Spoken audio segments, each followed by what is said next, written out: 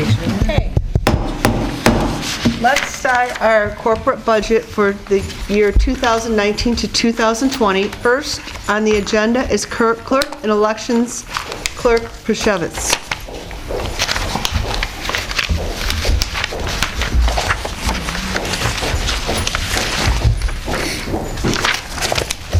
Take it away. How are we doing it? Okay. I just announced you. Okay. I don't know if you, did you hear? Maybe I should do it again. I submitted a few weeks ago to the Honorable Council and to the Mayor kind of a summary of what has gone on in the clerk's office and what we're asking for this year. So we are asking, I hope all you did you get a chance to read the summary about the elections and so forth, and all of our increases are driven by the election, folks. Just with Proposal 18-3 passing, there's a lot more onus being put on local clerks, working more, doing more things. As I've shared with you before, the election equipment, we have to buy more election equipment because it just isn't processing the ballots fast enough. So all of our increases are really election driven. Just to let you know, I don't know if it'll do any good, but we've had several meetings since November with the Wayne County Bureau of Elections. In fact, we hosted one here at the library a few weeks ago, and Clerk Garrett is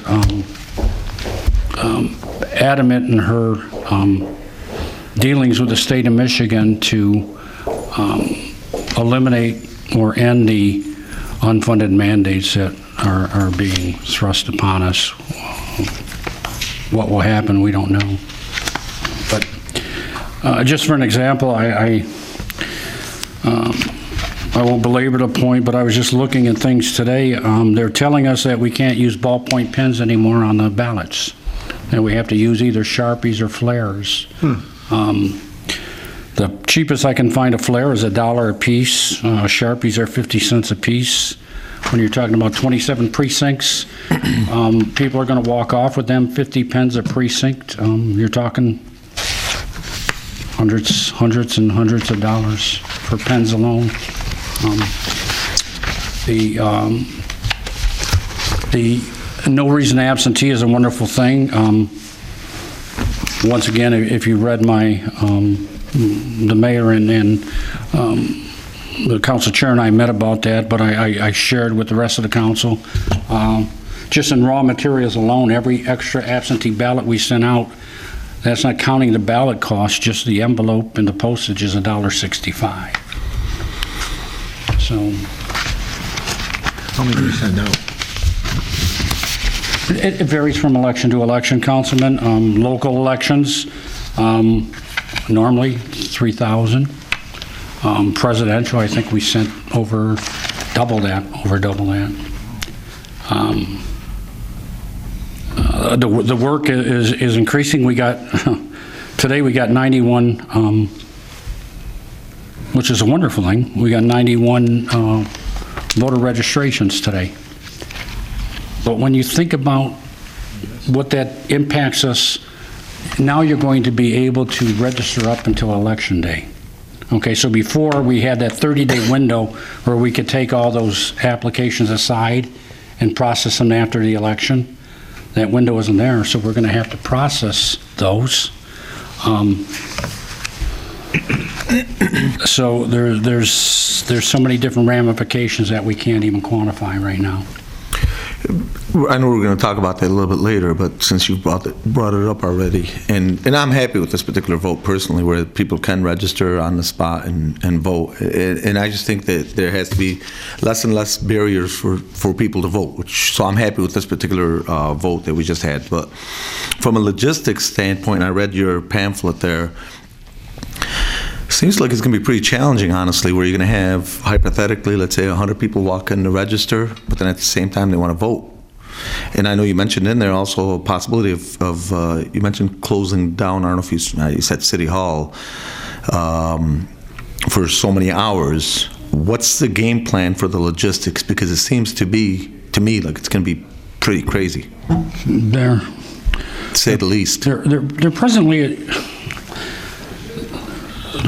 isn't a game plan.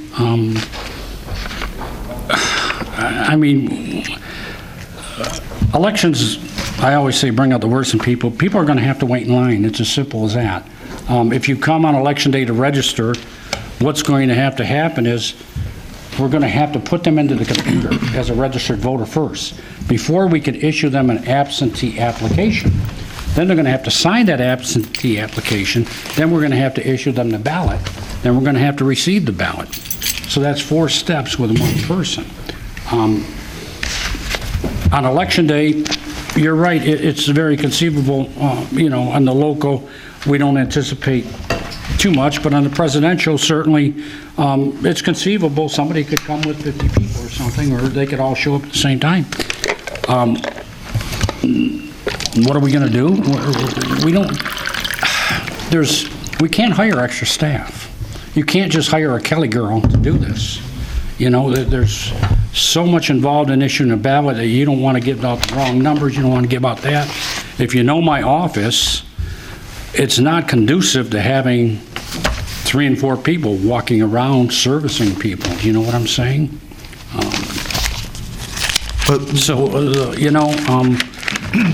You can't just hire anybody just to step in and start answering the phones and answering questions about the election and checking. In fact, to work on the qualified voter file, you have to be trained through the Michigan Bureau of Elections, which I'm in the process of training one of our part-time people now. And you can't just... But being this is unprecedented, at least in the state of Michigan, could you... Because there's a lot of, what ifs, obviously, that you have, that I have, that all of us have. Could you call on other states that do have that law in effect from previous years, whether you can register on the spot, maybe ask other clerks from other states where that is the way of life for voting, as far as the logistics? Because I'm really concerned about how the logistics is going to go. And like you said, you can't just bring on 10 additional people that have never had any experience in this. That would make it even crazier. Well, we're in the process now. We've had, like I say, several meetings with clerks and Clerk Garrett and her staff, and they've brought our concerns to the Bureau of Elections. We brought several proposals forward to help alleviate what we see as pitfalls in there, and it's really up to the state of Michigan as to what many of the things that we propose will involve legislation. So it's going to be up to the Secretary of State and the legislators to make those decisions for us. Thank you. Okay, any other questions from the table? That's it. Thank you. That's it? Thank you, Clerk. Thank you very much. If I could just say one thing, what I would like to say is that I don't know what this honorable body is going to do with the budget, but if there are going to be any pay adjustments, last year I expressed some concern about my deputy, and I was told I didn't say anything, so that's why I wasn't considered, so I'm saying something. Thank you. There's a lot of extra work, with the new laws, and as many people in the city, I feel she deserves more. So if you want to talk about that, or you want me to come back next week, if that's on Councilman the table, Abdullah? I would appreciate it. I mean, since you brought it up, it's probably the best time, because in your proposal, there was no change. So I, for one, would like to hear, if you don't mind, what your proposal is and what your thoughts are as far as the deputy clerk. Well, as I say, We had it the same. last year there were some adjustments proposed, and You know, it's like everybody else in the city. We're paid on the relatively low side of not the relatively low side, but the low side of comparable cities. The workload is there. The workload is increasing. The pay, if you compare with cities that are similar, this honorable body got that pay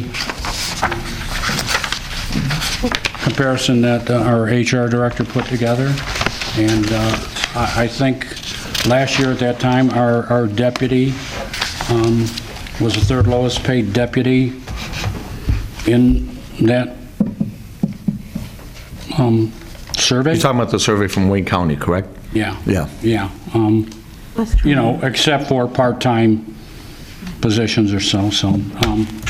We're at the low end, so I don't know what this honorable body is thinking or what the city can bear, but certainly the amount of work that's coming up for the presidential and the everything that I would just like to say if that there are going to be increases that don't forget our deputy. Okay, thank you. Okay. Thank you. Thank you.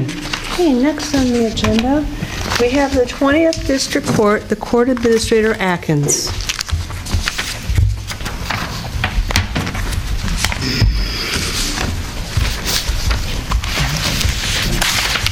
Good evening, Council and Mayor. Good evening. How are you? Good. Well, I don't know where you would like to begin with us. I know we're on page 7 of the budget, 7 and 8. For the most part, everything has pretty much stayed the same, line by line, salaries, everything. The only thing we did have an increase in is for capital outlay. We need to update the sound equipment and stuff in each courtroom, and that's costly. And then we need to get a couple new laptops for the upgrade as well for the sound planning. And we're going to put some laptops on the judges' benches because they are going to be starting the state e-filing implementation pretty soon, and we want to try to start getting ready for that as well. So that's pretty much. That's state mandated, not. Yeah, that's not our. That's not mandated. It's supposed to go full line like a couple years ago. Yeah, it's slow in the process. It's, Funding and- yeah, technology, you know, not everybody it's hard. And when you start trying to get everybody to do one system and trying to get every court on board, it's hard. Trying to teach an old dog new tricks too, trying to get everybody to get rid of all this paper. Especially you have two judges that are card catalog people, and you really want to, but you may not have a choice. Two judges that are high-tech. Madam Chair? Councilman Abdullah? Was, as Walsh had that song came out recently, I'm just an analog man in a digital world. So, Michelle, I had a question for you. Okay. So, previously, because when I seen it in the capital outlay, obviously you went from 20 to 45, so it's quite a bit. And I know you guys do all your due diligence, and you've traditionally been pretty conservative as far as your spending, which is Right, good. yeah, and last year was the 20,000 was for the cash registers. Right. So we had to upgrade those, yeah. Right. And each courtroom is to a tune, it's like 19,500 per courtroom to upgrade all the, microphones and the channels and the, for the Polycom, for our video arraignments, everything, and it's expensive. They may be having, it might be a slight discount they're working on, they said they might have a 50% off the license, but that's the small part of it, so. I promise you that if we can do it lower, we will. So Yes. it's not- Oh, yeah. So the two questions I had for you, on the video one, I'm not personally familiar with it, but I see it on TV all the time on the news where they're doing video arraignment. Right. So we have none now? We have No, zero? we do. We have Polycom, but that's supplied by the state. We have that big screen in our courtroom, it's like Okay. 64-inch television, and the equipment. That is supplied by the state. Okay. But to go from the sound to the court recorder's ears and stuff, it's sometimes they want to upgrade the sound, Okay. so it's not so I echoey. see. So on the sound level, on the Yes, sound part. It's okay. all sound level. It's And all then the through- laptops, you currently, the Well, our judges laptops currently that don't we- have laptops? They do, because the equipment that we have in the courtroom now, it's laptop-based, but it's old. We had those laptops since 2010. So you're upgrading the judges? So we need to, well, those are for the court reporters, so it's going to be a total of 4 laptops, possibly 5, that we'll have for the benches, and then each courtroom for the court recorders, so on top of the sound equipment. To answer your question, do we have laptops on our bench? No, we don't. Okay, but our court reporters have laptops, that's what they record on. Right. That's what they do, their typing. And we're gonna need laptops because exhibits now are not gonna, they're not gonna have any paper exhibits anymore. They're all gonna go through an e-base or something. From the attorneys, you mean? The attorneys. I see. So they're not gonna, So you are getting laptops that you did not have? Correct, we That's what I don't was have trying- that, yeah. yeah, we that's have- what I was we trying to have- clarify, Yeah, no, okay. we have 2 laptops right now, because the girls, that's how they do their That's court what they reporting. have. But you want to upgrade those and Yes, then get and get new ones for the judges, correct. Okay, thank you. Yes. Thank you. Anybody else have any further questions? Councilman Wenzel? I have a question for you. In the revenue, I noticed there was a court, something to do with court, where was I just looking at? Court revenue, that's from fines and stuff, I take it? No, I've been following a case of a occupancy permit case. I went to court, and a judgment against the homeowner. All that revenue goes to the court? $10 of it will go to the state. And so even though it's a city It's a violation? municipal civil infraction, so $10 is the justice fee that goes to the state, and then the remaining fines and costs go to the city. Okay. Goes to the city, or is it going to the, It goes to the city. goes to the city? Okay. Yes, Okay. because it's a local fund. Okay. Yeah. All right, thanks. One question, is Mr. Brevard still going to continue as magistrate, or is he retiring? he's, Or if it's, I didn't mean a loaded question. No, I just don't want 100 people throwing their resumes at everything. Oh, okay. But, yeah, Mr. Rivard is retiring. He's retired, and he is moving out of the city. Yeah. And so we're gonna have to search for another part-time magistrate. Okay. Yeah, that's correct. Probably looking at maybe June or July, so really relatively soon. Yeah, But we're looking. okay. Okay, thank you. Any further questions? Just a statement. Just want to commend you guys on a job well done. You guys run a very efficient system there. So anytime I've gone in there for any type of services, you guys do a great job. So Thank keep you it very up. much, we appreciate it, we try. We complain about the decisions that us judges make, but honestly, we pride ourselves on customer service. And we pride ourselves on customer service. The only thing that could be worked on, Judge, is, and I see it all the time whenever I walk into the court system, people waiting in line to either pay their tickets or to getting in line to get the court date, or I'm sorry, the court time and what have you, registering in. That seems to be a little bit of a longer line. Personnel issue, meaning that we only have so many people that can work the window. If you want that to go down, we'd have to hire 2 or 3 more people, and, you know. Do you have it, I assume you have it split up between tickets and who's coming in to see the court, Put it right? all between civil and tickets, landlord, tenant, it's all separated, but there's only so many people you can put at that window. Right, We're trying to do the best we can with the limited resources that we have. true. And so, sometimes they have to put their thing in the system and transaction. It just takes a little bit of time. Right, But right. we try. Madam Chair. Someone may come up to the window, maybe they walked in and they got old tickets and they got to dig them up, and so it might take 15 minutes. Other people may take 2 minutes. Right, and a lot of people, because when you're probably talking like first thing in the morning at 9 o'clock, you know, when we open those doors, there's going to be a long line, because we have walk-in court, you know, Right. and so when you come in, but relatively, everybody is checked in and in the courtroom by like 9:30, you know, and even that's setting them all different places, and then once they're out there, they're typically out by no later than 10, so it's pretty quick. I mean, Good. once the whole process goes around, it's just, yeah, that one point in time you have that line, but, you know, like you said, if you just run into one snag with an old person with coming in for like a bench warrant or something of that nature, but if it's just straight up new, you know, they just, you know, have them sign and go to the courtroom. You gotta So it's remember pretty something. quick. They're our first line of defense. Those women do a great job. They do a great job there. And Oh, I'm sure they do, I'm just wondering. They're not happy to begin. True, true. They're doing something, so they gotta have to take all of the beef and they gotta listen. And they gotta smile, they gotta listen. And, you know, we just can't make them feel like they're coming to court without getting anything done. Right. So it's taking that whole gamut, it's gonna be a little bit of a wait. Sure. Thank you. Madam Chair, in Dearborn, they've got like 10 court officers. They're all been there a long time. They pay them real well. And they do a lot of the running around. Each of our judges have like one. One. We have one, each assigned judge has one full-time court officer, and then we have one part-time.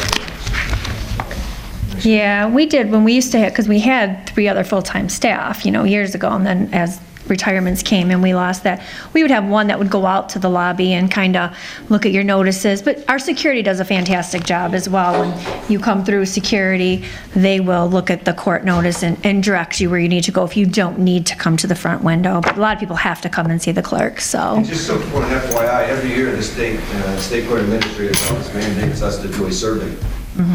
And far be it, the numbers don't lie, I'm not telling you anything, just to pat ourselves on the back, but we're rated pretty high as far as customer service, as far as people happy with the service of the court. So.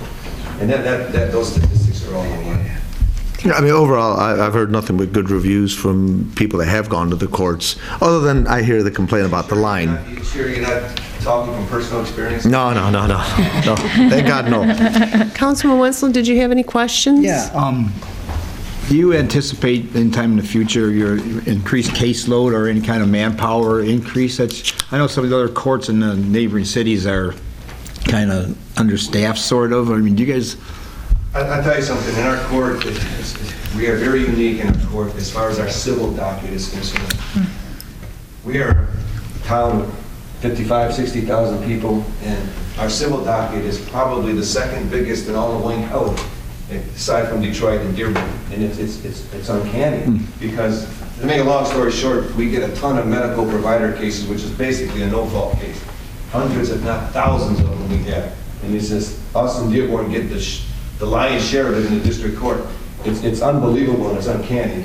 And I got to tell you, I commend our staff for how we're handling this thing. And it's just so, as far as the caseload is concerned, we've almost quadrupled, or maybe probably more than that. Yeah, our caseload has gone up more than 50% just in the last I don't year. anticipate that going down any other time soon. And that's a testament that the lawyers like coming to our court. They like the way they're being serviced and like the way things are being handled. Otherwise, because they can freely go to any court in the county.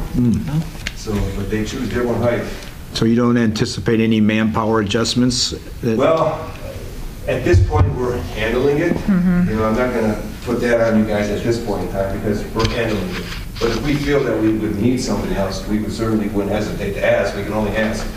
But I would do that if we really, really justify it. We need to do it. Thank you. Thank you very much. You're welcome. Okay, next on the agenda, we have Park and Recreation and Richard A. Young Center Director Haddad. Take care. That's page 40. Madam Chair.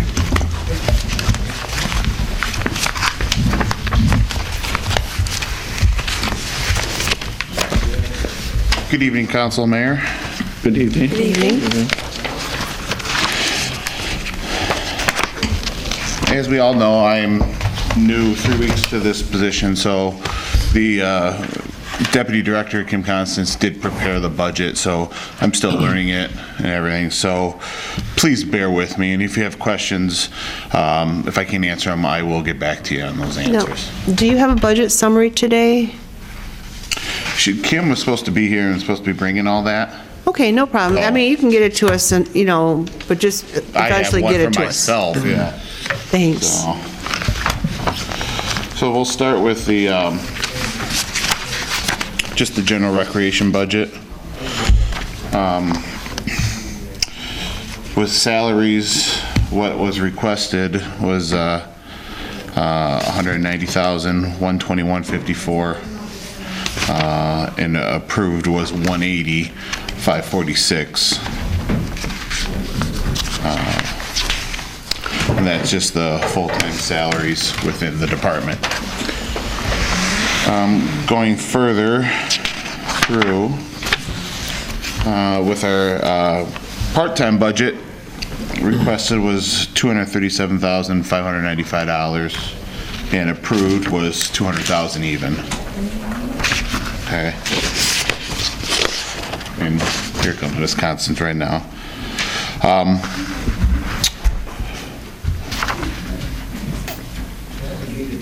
Just send her a text, that's why she's here. We're a little ahead of time. And she's gonna get you that information right now so we can all follow along. Director Haddad, would you repeat the part-time again, please? What was requested, what's been, I mean, I what's see your requested? 200,000, but you said a different amount first. What was requested was $237,595. Do you know why the decrease down to 200,000? That's 37,595, that's significant. That is true. And how's that going to impact that department? I'm gonna have him Is that what- answer that okay. one, yeah. All right, thank you, sir. We'll let him go through it, and then we'll ask, because she's passing this out. We don't want to interrupt Oh, her. of course, I can't use that. Hey, continue on, I got it. Director. Oh, okay. Yeah. Then going further down, and I'm on the third page of the blue copy that you guys will receive. Okay. Okay, so it's spelled out on here. Yeah. Upper corner, it's blue. For our overtime, it was $3,000 requested, and approved was $2,500. And going further, requested for fringe benefits for full-time, it was $134,457, and that was approved at that point, at that number, excuse me.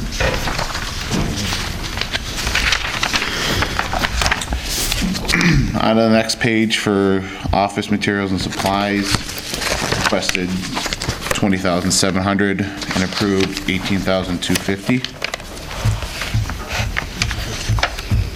Further down, for the account 745 utilities, requested was $44,080 and approved was $45,000.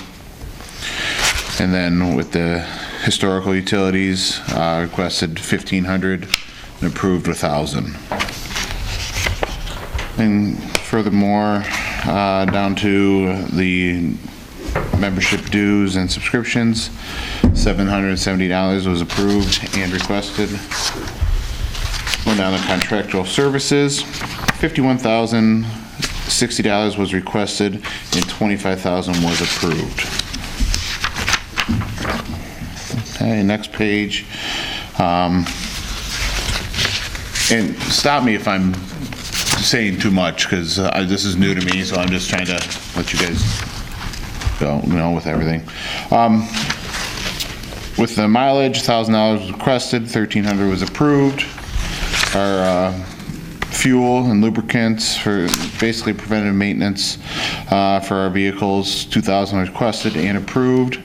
Then our senior citizens trips, $50,000 was requested and approved.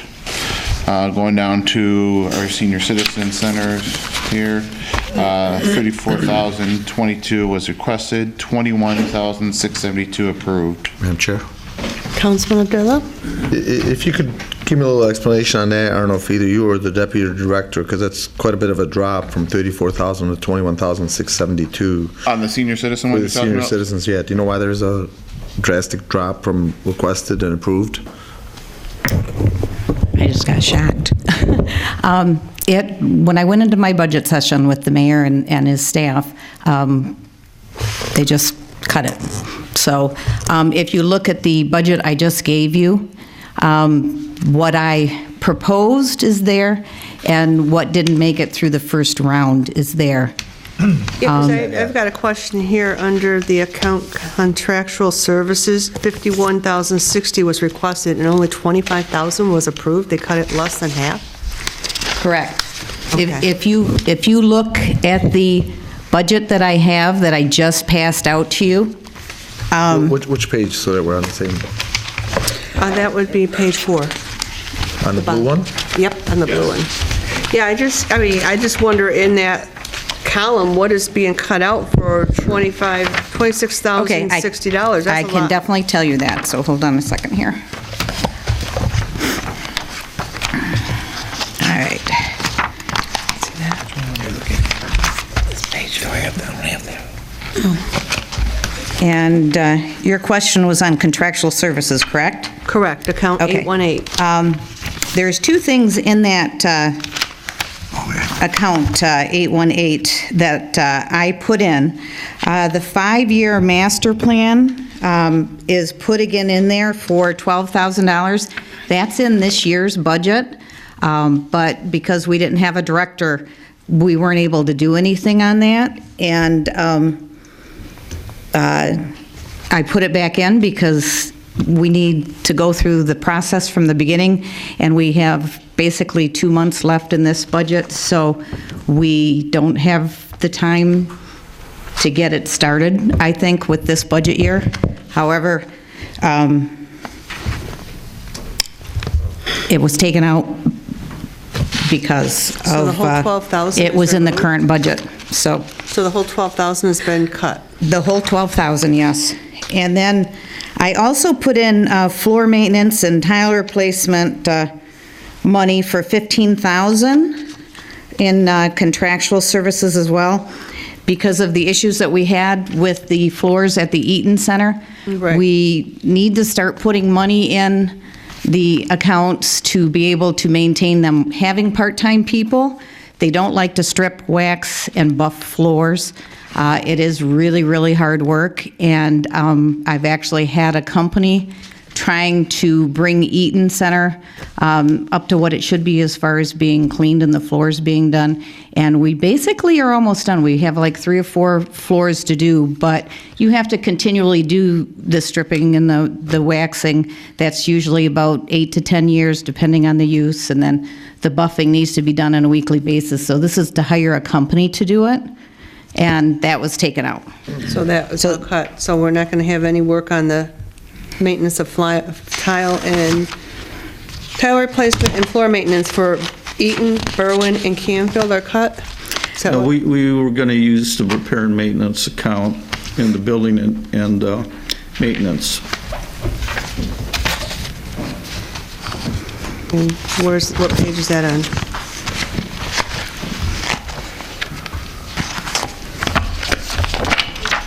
You know? The conditions of all of the buildings, the Richard A. Young Center, if you've been in there, the tile is very dingy, dirty looking. We need to really have a company go in and do that to try to revive it so it doesn't look like it's dirty. No matter how hard you clean it, it still looks dirty, and the company that I've been working with says that there's a new chemical out there that he can try, but these are the kind of things that the part-time people can't do. So that's why I added that in. I added it in for actually all 4 of the buildings, Eaton, Berwin, Canfield, and Richard A. Young, in their respective line items for each building. So it's included in 28, but we were hoping to use our employees rather than an outside group. Page 28?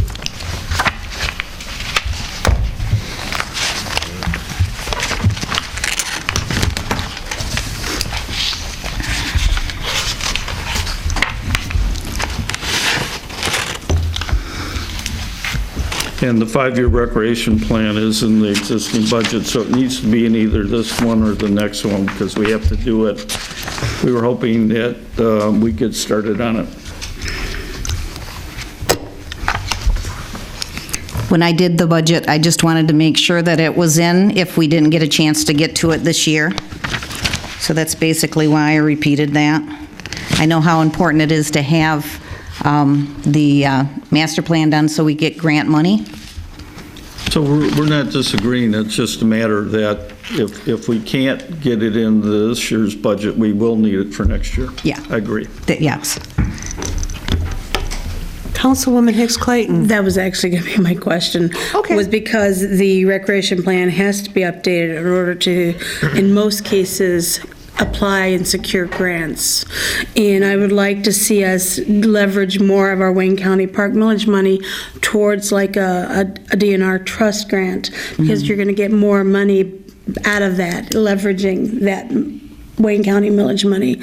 So that was my question, was about the 5-year plan, because it does need to be updated. And my question for follow-up with that is the Recreation Commission, how often are they meeting at this point? 'Cause don't they have direct impact on that piece? Yes, they do, and that's the other reason that it's been delayed. The Recreation Commission basically hasn't met since Ken Greibel has left, because we are actually missing, I think, either 2 or 3 rec commissioners, and that's something, not having a director that couldn't be done. So, and they're very important, and they're included in the process, so we have to have, there's all different building blocks that have to be put into place before that can be done. That's why we put it back in for the master plan. Councilman Odella? I had a question in regards to capital outlay on a Van Houten Playscape. It says you need $100,000 for repairs. I know last year it was mentioned that there were some repairs needed. Okay. There was recently It seems pretty extensive to be $100,000, so can you give me a little bit of an outlook on that? Before Ken left, he had a company come in and do an evaluation of the playscape at Van Houten Park, and it's in very, very bad shape. I believe, and I'm not exactly sure about the figure because, I don't have the documents, but it almost amounted to $100,000 to have all these repairs that needed to be done. There's extensive repairs, extensive things that need to be replaced, and it reflects on safety. So it's a really, Ken's words were before he left to me about the Van Houten Park, that it's almost getting to the point where it's unsafe. These things need to be fixed, and they need to be repaired or replaced, whatever they are. And it is very expensive. I think I have part of the documents. If you'd like to see them. I personally would like to see them, if you don't mind. Yeah. So two follow-up questions on that, and this is with my ignorance on how much something like this would cost to rebuild, but just throwing it out there, thinking out loud, $100,000 for a playscape to be fixed seems like a crazy amount. So 2 questions. Number 1, are we putting it out for RFPs? Because you mentioned a company, but I'm wondering if there's other companies. And number 2, is it an option at all? And again, I'm just thinking out loud here. Up till now, what they've been doing, or what Ken has been doing, is actually repairing whatever needs to be fixed. So continually, he's been putting this line item in the budget to repair the things, but I think now it's gotten so bad to the point where, yes, it needs to go out for RFPs and be bid out to have the whole project bid at once. But thinking out loud, and again, I don't know the dollar figure, but again, I'm just honestly astounded it would take $100,000 to fix. That's a lot of money. I was surprised too. So with that being the case, I'm just thinking to build a 1,000 square foot home is $120,000. That's a home. So I'm just wondering, in terms of this thing, building a new one, and I don't know what would it cost you to build a new one? I know the mayor and I both were around when they first constructed that. That was actually a large group of volunteers that helped with that. And as far as the expense or anything like that, it was all donated through the community organizations. And I think JC's was one of them, and some other groups. But I don't have or didn't have any of the records for what it cost to them, but maybe, for them to construct maybe we should it. look into them possibly volunteers, because that's a major expense to just fix. If I owned that and somebody told me you needed $100,000 to fix it, I'd be. I agree. I definitely would want more information. So for me, I'd like more information on that, if you don't mind. Yeah, I've just pretty much followed the pattern that's been going. As you know, I have not been selected as the director, so I'm just following the pattern until a decision was made, and a decision was made now, so it's now in Brian's hands. It's going to be a monumental project. It really is. Okay. Councilman Wenzel. I have a few things. The water park, or the splash pad, can you give us an update on, what kind of condition is that in? And is it something we're going to continue to use because of the high cost of running that thing, or? Well, I know that all of our weekends are booked, and that's when we have the splash pad running, and we are able to rent out the pavilion when that happens. So the demand is there, and the residents really do like it.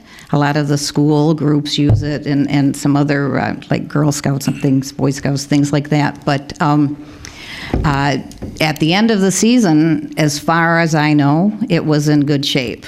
That was a segment that Ken pretty much took care of. Is it true that it costs $700 a day to operate?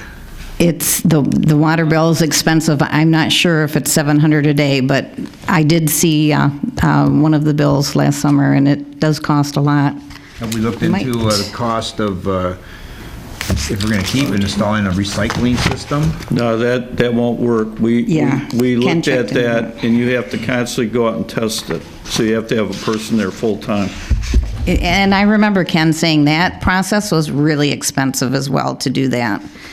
If you're going to do that, I believe what he had told me, you should have done that like right at the beginning when it was constructed, because there's a lot of stuff underneath it that you have to do. I'm just assuming, but I don't think we would recoup $700 in pavilion rental a day. Oh, no, definitely not. It's a definitely a service for the residents. Definitely a liability, right? Yes, And, yeah.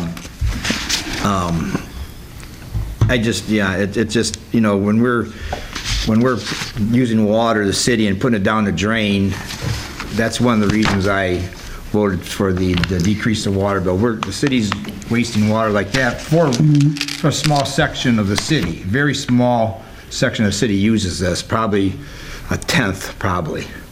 Actually. You know what, that's a figure that I haven't really looked into, but I can tell you last summer's figure to use the water for the splash pad was $16,075. So I do have that, but okay, it is expensive. Now we're talking about spending $100,000 to repair one playscape, and we've Director Greibel in the past said he was going to put some money into a playscape at Swapka Park, and that's never happened yet. We don't have anything there. No, there's not anything there, but I do know that when Ken left, part of the money was from the Wayne County millage, and then he had another $20,000 budgeted to go towards the Swapka playscape. But again, I was only one person, and I did not get to that one yet. Hey, But now we have Brian, so. Okay, go ahead. I've talked to some people that use the kitchen at the Richard A. Young Center, and there was supposed to be some kind of improvements done in there, and there's been nothing done there, and it was already budgeted. The kitchen is in very, very bad shape at Richard A. Young. And basically, in this year's budget, Ken put in $15,000, but there was no company that gave a price. I think he just picked a figure. And $15,000 does not quite make it for all new cabinets. If you if you want to see, I have pictures, but it'd take me a minute to find them. But the whole fronts on some of them, it's press board. They're pulled off, and they're in bad shape. So actually, I was talking to Brian last week, and there is some money left in recreation programming at Richard A. Young. If we add that in with the $15,000 that's in the current budget, I just got a price from a company for replacing the cabinets, and it came to about $24,000. We might be able to do that. I know I have to come and get an amendment or adjustment or whatever for the budget, but we might be able to get that out of this year's budget, because I did put that in next year's budget, but that was cut as well in the capital outlay for Richard A. Young. Back to Swapka Park, I wanted to find out, are there any plans of getting a playscape in there? There are. It just has to be done. This year, or is it something that? There is think $20,000 in the current budget right now for, I can tell you in a second exactly what it is. There's $20,000 in the budget right now, and then we have a portion that, and I don't know how far Ken got in this, but there was the balance that was supposed to be taken out of the swap, or out of the Wayne County millage money. Can you give So us there's enough. a tennis court update? Tennis court update, what happened there was, The bids came in. the bid came in way too over. high. I think the lowest bid was like 171,000, and there was a lot less than that budgeted. We've got tennis court project here in the current budget was $30,000, and we were adding with that Wayne County millage money, and it didn't even come close to the 171,000. So I was talking to Dan Brooks, and to get something done in the spring, possibly going out for bid for 2 courts, cutting it down from 4 to 2. I did put the additional money to make the whole 4 in the current budget, but that got cut as well. So. Councilwoman Hicks Clayton. Thank you. So I think you took some of my questions, by the way. It's I was okay. reading your notes. So just to wrap it back up and around, 2017, we had met with former Senator David Kniezek and the DNR trust people. In particular, Swapka Park and the Diamonds were flagged by many of our residents for safety concerns, and those are still true today. There's fencing concerns where, like, behind one of the ball diamonds or the catcher's area, it's rolling up, for example. There's concern with lighting. There's concern, the playscape was one thing that was suggested. There's some of the bleachers. They're splintering, they're falling apart, they're rotting because they're wood. The bolts are missing. There's a lot of things that are liabilities for the city of Dearborn Heights. And so again, it takes me back to that DNR trust, because we met with those folks and they said, yes, this project would qualify. You just need to do this, this, and this. And we shared this, this, and this. And again, if you leverage, for example, you leverage your Wayne County millage monies, let's say 40,000, which is kind of the average figure or so that we get. If I recall correctly, about 200,000 would have been the return on that leverage money, because that's your match. Yeah. So this brings me back to that, because again, like, I agree with you, Councilman Winslow, and I think we can all agree, we want recreation opportunities throughout our city, you know? And so this was flagged 2 years ago. Yeah. I don't know exactly what grant you're referring to, because DNR has several grants. I do know that one of them is for land acquisition only. So. Yeah. I'll be happy to share that, or share it with both of you.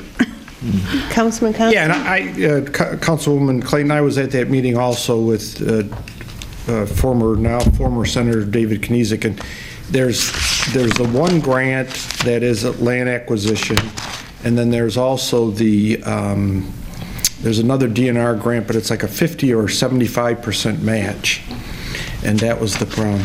But the money was spent on the building there to house the vehicle that drags the fields.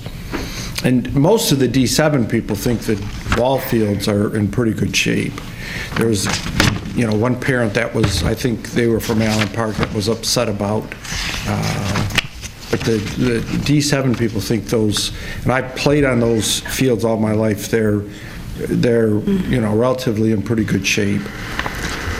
Okay, I would like to bring up one thing here, if that's possible.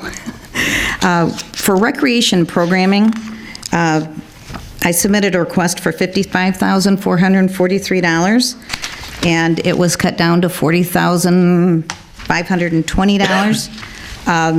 I increased the tree lighting to make it similar to what we had this last year, and added concerts to the park. So I cut the tree lighting to make this new amount. I would have to cut the tree lighting in half, which is fine. And then obviously cut out the concerts in the park, but then after that, there's no other way, no other place to go other than cutting some of the youth athletic allotments. So that's a line item that's in trouble with the cuts. So everything's the same except for the tree lighting I increased and the concerts in the park. And we went from $55,443 to $40,520. I looked at this for a long time, and there's nothing else that we can cut to make up that difference of $3,423. So that might be something. Council Chair? Councilman Wenzel? I was going to ask, thanks. I was going to ask you about that. I mean, the allotments for these youth programs, I was involved with the D7 Dads Club for decades, and the amount we get from the city is beneficial, but to cut that would be devastating. I agree. We would not cut that at all. I agree. And that's something that we, the youth sports in the city of Dearborn Heights should be right at the top of our priorities. There's a lot of people involved in that, not just 1,000 or a couple, there's thousands of children involved with that. I agree. The only reason I said that, if you look at all of these line items, everything is important that's left. Yeah. And it was nothing that was added except for I increased tree lighting and I added the concerts in the park for $7,500. And I have to come up with a difference of $14,923 to make the figures work. Council Chair, I have a question. These cuts in the budget, requested amounts and then the granted amounts are by the mayor. Is that money just eliminated, or is it removed to a different location, or how's that work? I'm not familiar. Well, we balanced the budget. We're more than willing to take another look at the recreation. The general feeling was, when we went back for the last few years, is that, I don't want to be critical of somebody, but there was an excessive amount of money left over in recreation for the last few years. So the feeling was that a lot of these accounts were inflated and the money wasn't spent. And so consequently, there was a desire to get to a more factual amount and a more realistic budget amount. And we knew there'd be a new person coming in, so I mean, I'm more than willing, like you indicated, the subsidies to the groups, that's sacred. I would not do anything to cut that. I've always tried to increase it. And on some of the other items, there was no expenditure made, although it's budgeted in the current year. As Ms. Constance had said, that we want to do it, but some of the money is already in this year's budget. We'd like to spend that rather than put it in this year and next year's budget. So it's not that we don't want to do it, but it already had been budgeted. We'd like to get those things done. So hopefully the two of them working as a team will be able to bring some of these past the goal line, and that's another reason. But I am more than willing to look at anything and everything. The one thing that you should be aware of, the tree out here for the tree lighting is dead. So consequently, we need a new tree, and that's something that I made it. I actually stopped and got out of my car. I saw a resident, because this one was donated from a resident who didn't want that big tree in their front lawn. And I saw a couple nice, beautifully shaped trees, and I stopped and I said, would you like to donate that tree to in front of City Hall? Because we got to put something that's a good size and also something that, you know, hopefully is going to survive. I was not here when this one came, but I was told that it was donated. Yeah, Ken Greibel told me about that. He said that he had it. So that was the other reason that there was a little more money in for the tree lighting, because if we do find a tree, we're going to have to move it, and that'll be at our expense as well. You know, I got a question too. You said there was money left over in the recreation department. Wasn't there a few grants that maybe contributed to the money being left over? No, because grants aren't included in this. Okay. Yeah, they're I know listed you got a separately, grant for like the bus Wayne and stuff. County Park Millage and, There and was Smart and things like that. over budget. I'm not I mean, in general, a considerable amount of thousands of dollars, and that's not fair to, or we also need, other departments need things, so we were trying to scale it down to here what is going to be eliminated so that we could put some money back and get something a little more realistic. So the money is just being moved, it's not being eliminated? We've got Councilwoman Hicks Clayton. Okay, so I had just 3 real quick points. One, with the tree lighting and everything, have we considered options with Warren Valley Golf Course? I have. Because I think that, I Yeah. mean, that's And sitting there, we should take I a look at what we did can go do. look to see if they had any viable trees. I'm Tree sure scouting. something could be done, right? That would be the You know, recommendation. there's like maybe one, but where it's at, I think, is too close to the road. But that's something that we haven't talked about it yet, as far as how much we're going to be able to use Wayne County Golf Course area for all of our recreation programming. And I'm getting really excited about that, because I think that's going to be really nice. We absolutely should. The second thing is, well, I had 2 more points, please, if I may, real quickly, because everyone's had some turns, and I'd like to get my things in as well, please, Madam Chair. We did not answer the question about the part-time and how that impacts your operations. In particular, I know you use them during the summer months, correct? Yes, and the mayor mentioned earlier about the, some of the accounts being kind of high. I think in the past, what Ken would do, and this is the similar thing that I followed, we go through, we figure our hours, we figure the pay, we figure how many, hours a year, and the figure there is actually the max. So if everybody shows up and no one takes vacations and you give increases, that's what you would be at in this current budget. However, that's not actually what happens, if that makes sense. Yes, it does. So I think that we will be okay with the 200,000, as long as we can count on some people not showing up and not,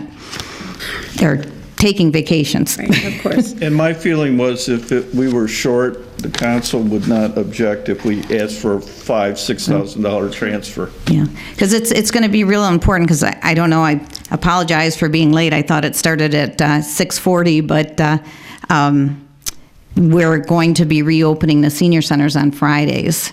So additional money is put in on the budget for that. And if you look at the one with the blue corners, the budget with the blue corners for the Recreation Department, you'll see the amount to open both centers is about $11,000 on Fridays for both senior centers.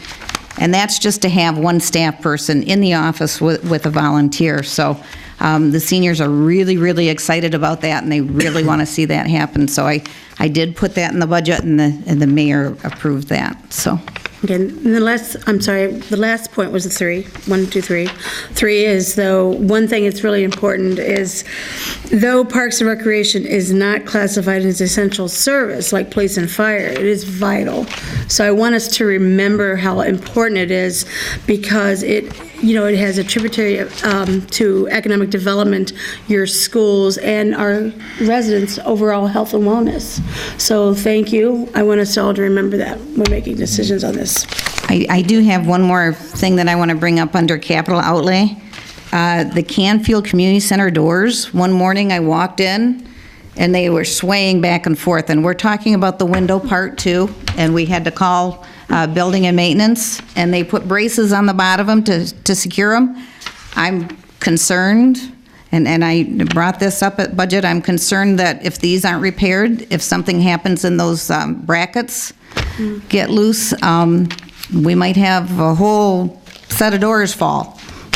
They were actually swinging. It scared me half to death. So that's something, too, that I had brought up in for budget, so. Thank you. Hey. Did you guys want to do Richard A. Young, or did we do them all together? We did not do that yet. Richard A. Young is part of it. Yes, okay. Yes, it is. That's the green one.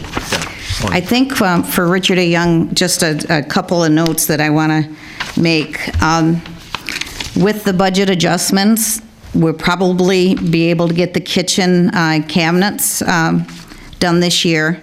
So we'll be coming to council for that. Actually, I just got the quote, so we'll be coming for that to go out for bids. And we'll also be coming to City Council for a budget adjustment for this.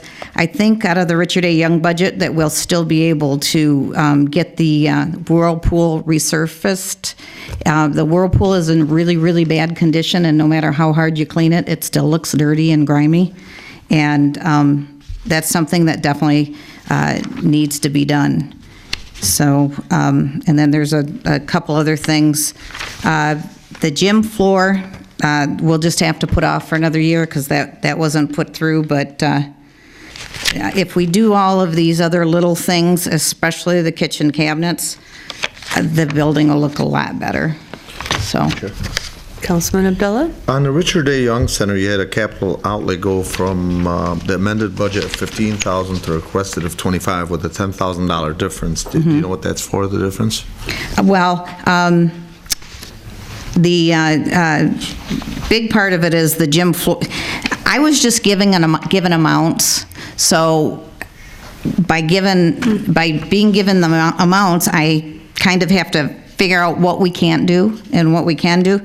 So because it went from $50,870 to $25,000, that would cut out doing the gym floor, and then, well, either the gym floor or the kitchen renovations. But if you look at and you try to decide which one's the higher priority, the kitchen cabinets are. So I would go with the gym floor second. I know that we just had the gym floor resurfaced, but it was just a light scrub with polyurethane on it, and it looks horrible. It looks so dirty, but it shines. The dirt shines too.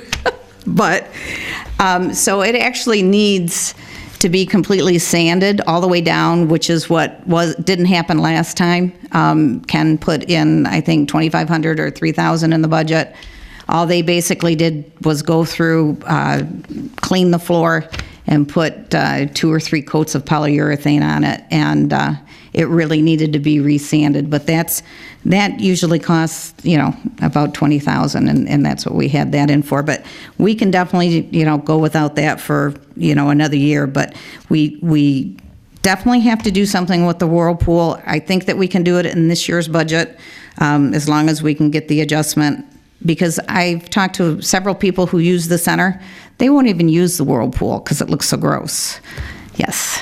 So, there's a lot of things in a lot of the different buildings that need to be taken care of. If you look through both of these budgets, I put a lot of stuff in for maintenance and stuff, so we wouldn't have a reoccurring situation like we did with Eaton Center. So I'm trying to get them at a better level. All right. Any other questions? Thank you very much. Okay, next on the agenda, we have Department of Public Works, Highway, and Building Maintenance, Director Salmi.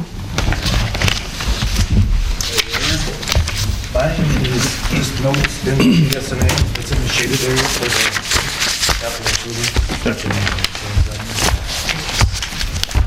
Thank you. In the highlight.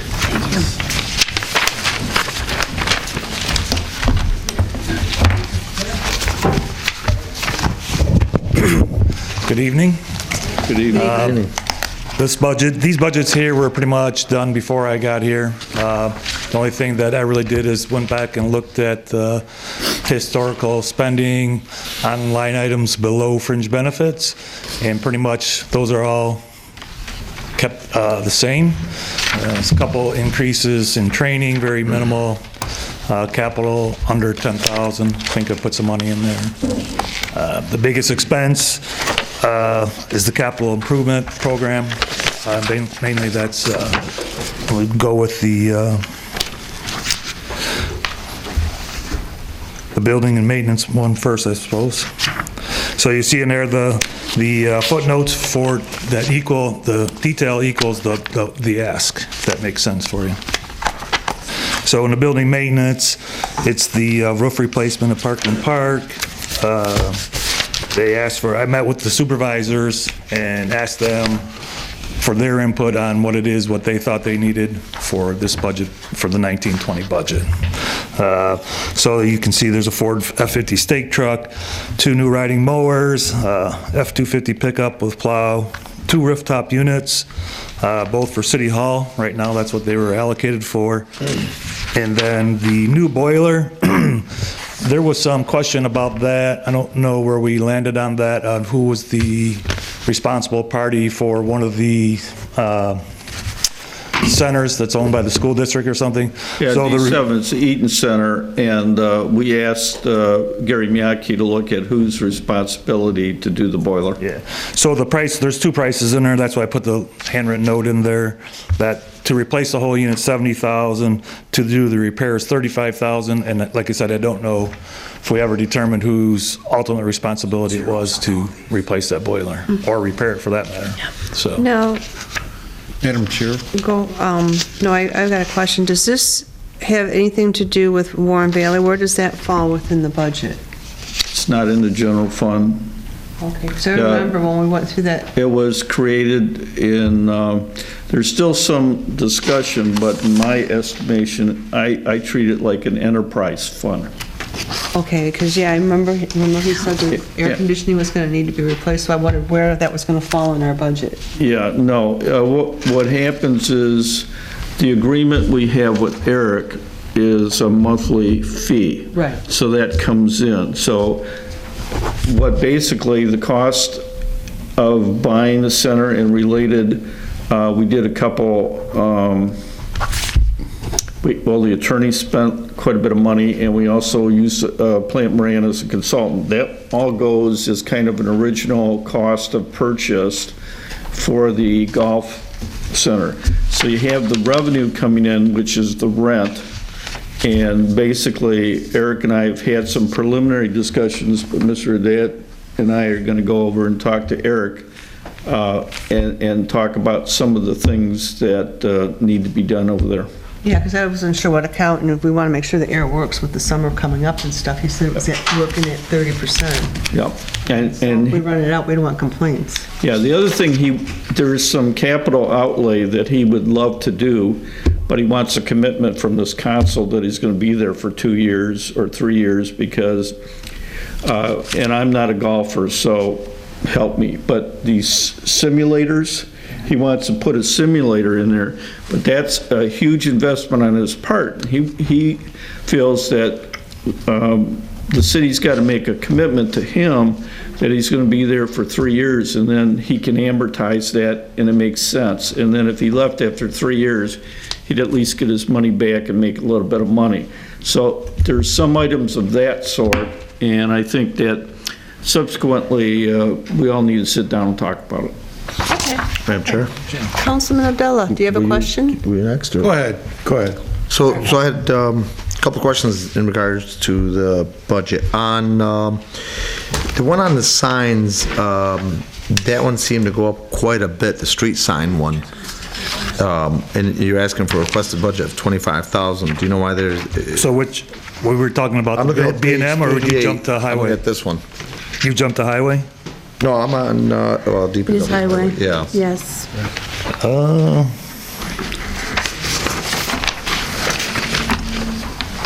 What's the line item number? Line item 787000. Towards the middle, roughly. So it went up to $1,500? No, they have... Oh, 25,000. 25,000, right. Yeah, so they had budget in 18, 19, 20,000. Actual, as the date I spent this was 21,186. So that was with a couple months ago in the budget. So I just averaged the months and came to the total of 25,000. Okay, then the second one, in regards to highways on capital outlay, that one seems to have a pretty drastic increase. Sure. Do you mind explaining that one if you Sure, want? that's in the highlighted area. We can go through those also. Okay, please. So let me get to that page. What we had in there, or what we're requesting in there, is a new brush chipper. Last year, the council approved approval of a new tree truck, but didn't include a new chipper. So in my opinion, that's very important. If you're going to have a new truck, they have a new chipper to go along with it. Then you actually have a backup for storm events, things of that nature. Single axle dump truck, plow truck, which is $165,000. The highway has been getting the hand-me-downs from the Water and Sewer Department, where they're throwing so much money into retrofitting these trucks, and then the maintenance costs on them is just, from a business standpoint, doesn't make a lot of sense. I think you're better off to purchase a truck brand new and start that way. The hand-me-downs, they're pretty used up, and then try to get a couple more years out of them, and you're just throwing bad money after bad money. So, again, I met with the supervisors. These were some of the things that they brought to me, and I said I would come here with that, which makes perfect sense to me. The F-250 pickups with plows, same thing. They have 150 trucks with no plows, nothing like that, that don't really have a lot of use, in my opinion. The 250, the plow, can help in snow emergencies. I've heard from time to time that we've had some difficulties being effective and efficient plowing snow. The more equipment that we have with plow, especially pickups and those types of things that can get into tight spots instead of the big trucks. And so those are some of my thoughts there. Okay, I got a question. Like the Recreation Department had a amount they requested. Was your amount that you requested higher than this, or this is the actual? No, I just came in conservative. I just wanted to feel my way around here. Okay. I know these are all general fund dollars and they are tight, so I figured I would start with, what I thought were the essentials that were needed. Certainly could have doubled or tripled this, but wanted to be responsible also. Yeah, go ahead. Go ahead. Finish. Oh, I'm done. Yeah, regarding the boiler at Eaton, so D7 passed a sinking fund several years ago, but those monies can only be used for capital improvements, and that's part of the reason they want to make all the improvements to the Eaton Center, because it's sort of like extra money. Yeah. There's an issue, if I'm not mistaken, that we use the building, we're responsible for just leasing, but any improvements they're responsible for. That was generally Gary's opinion, that like on most rentals, if there's a general maintenance thing, it's our obligation, but a roof, a boiler may actually be the responsibility of the owner rather than would that be the lessee? I forget my lessor. Okay. So that was, we had some discussions, and that's why there's two numbers in there. So ultimately, whatever the decision and whose responsibility is, the number's there, so. Councilman Wenzel may remember when they passed it, they're going to use a lot of the money, District 7, for technology and computers. But that money in that fund is restricted. All right, Councilman Wenzel. A couple things. You said you had that two different ways. Where is that at exactly here for the? It's handwritten on the first page that I gave you in the shaded area. One says, it says, new boiler cost is $70,000, and they have a handwritten note to the left that says repair cost $35,000. Okay. Yeah. Okay. See it? Now, the plow truck. That's one of those big trucks. Which one? The 250s? No, Yes, the underblade, single axle, and in highway. Single axle plow truck. Yep.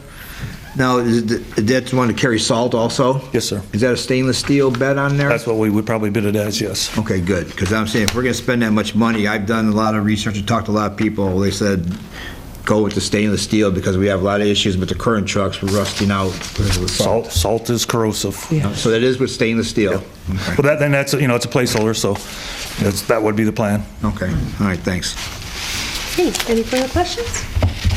Thank you. Thank you for your time. Okay, next we have the Ordinance Department Director McIntyre.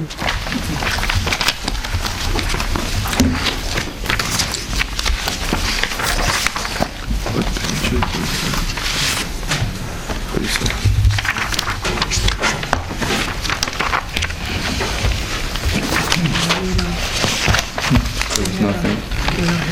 No. Do you have a budget summary? No, I don't. Okay. There's not really many changes. Our big purchase that we did in ordinance was this year. We purchased a new animal truck in this current budget. The only thing that I have that really stands out, well, obviously the salary for full-time has increased. The mayor's made a suggestion for what my salary should be.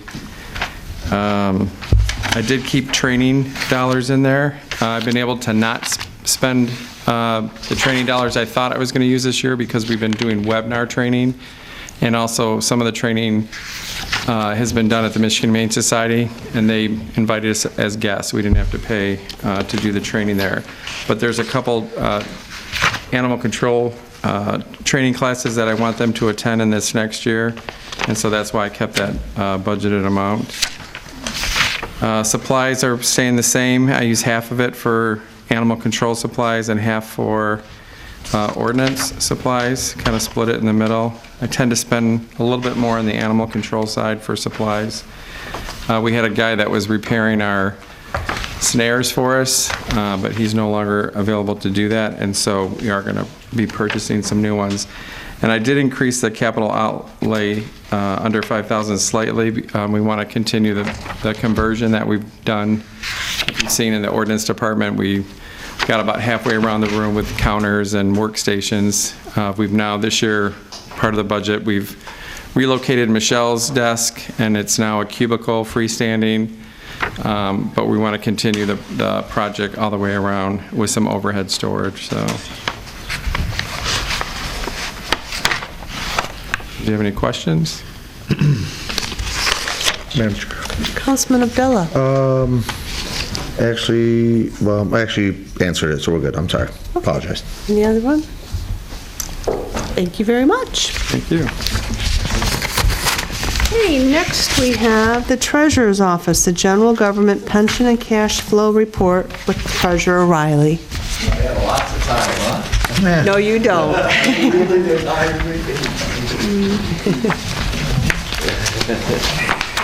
Time's up, please.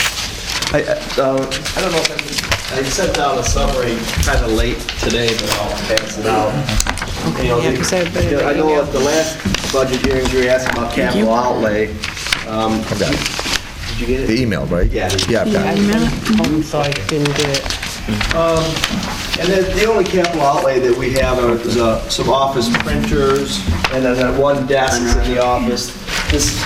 I kind of keep the printer in there because the printer we currently, one of our main printers was from 1997. And when the clerk's office got rid of theirs, we took the parts off it. We've been kind of keeping it going, but the guy that when we've had it maintenance, they go, this thing's a workhorse, so we do try to keep it, you know, but if it eventually goes, I kind of have, plus our cashiers up front use printers, so we'll go through the budget. Really, you know, obviously the salaries are taken by contract or by the Compensation Commission. The part-time hours, I have one part-time individual right now that comes in and helps during tax time. That's in the months of July, August, and then December, January, and February. My overtime, I took down 4,000. Last year, as you recall, we lost kind of a key employee, Miss Cinia, and so I thought we would need some overtime for that, but actually what we were doing, we were working on Fridays between 8 and 12, which really isn't considered overtime. They were putting it in, it's at straight time, but extra hours that individual was coming in to keep things up, and she's kind of catching up to speed, and she's doing a fine job, so that lowered the overtime down. Fringe benefits and supplies, fringe benefits is computed through the controller's office, and supplies, dues, and contractual services all remain the same. The repairs costs, I took up $100 just for, you know, items in the office that might need repairs, but obviously that's only used as needed. And then our capital outlay was down $250, and we, you know, I have in there a office printer and some desks. This year we bought new office chairs, and so that's kind of where the treasurer's office stands. Willing to, any questions or? Can I ask one? Is Eric Sabri, the county treasurer, have the ability or have you heard, is the county still going to continue that, where we get our money and they handle the delinquents? Yes, and so, I can go through that more when we go through the cash flow, because that's obviously a key part of the cash flow situation, because it comes in late June, and Mayor, you may recall, in the past, for reasons during the Great Recession, we didn't get that money in a timely manner. It's $1 million, and that's where we, start to get kind of nervous. I always call it my belt and suspenders, because I want to be prepared. I don't want my pants to come down.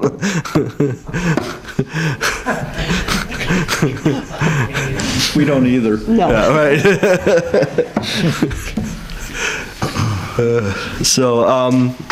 I'd like to, anything on the treasurer's budget? Okay, we'll look at the pensions, which is the last budget, last two budgets there. Basically, everything remained the same under the general, except for the professional consultant went up. Professional consultant fees went up some, and basically our consultant to the pension system, we hired a new consultant, and we weren't able to use what they call a soft dollar payment arrangement. It had to be a hard dollar arrangement, and so that was the main instrumental item in that increase. What that means? Well, a soft dollar was when the pension system was making equity trades or stock or bond trades, we would direct them through the consultant, and he would make money on the trades.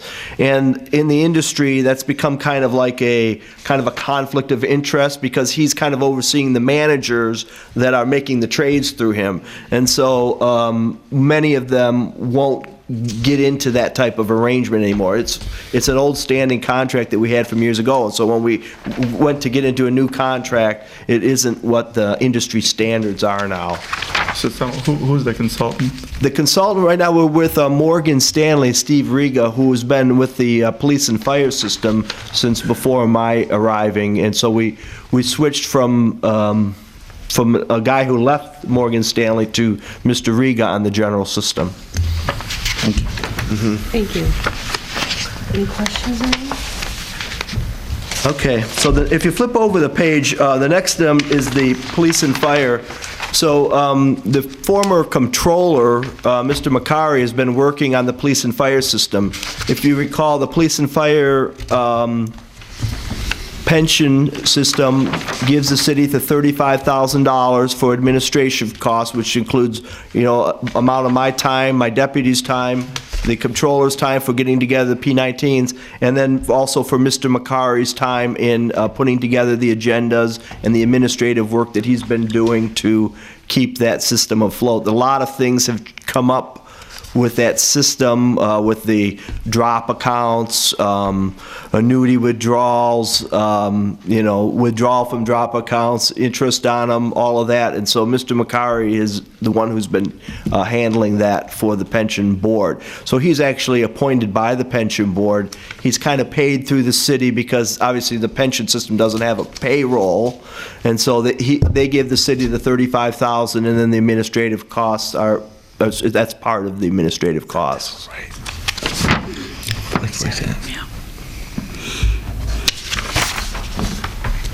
Any questions? No. Okay, well. Thank you. All right. Well, we're going to go on to the cash flow. So, okay.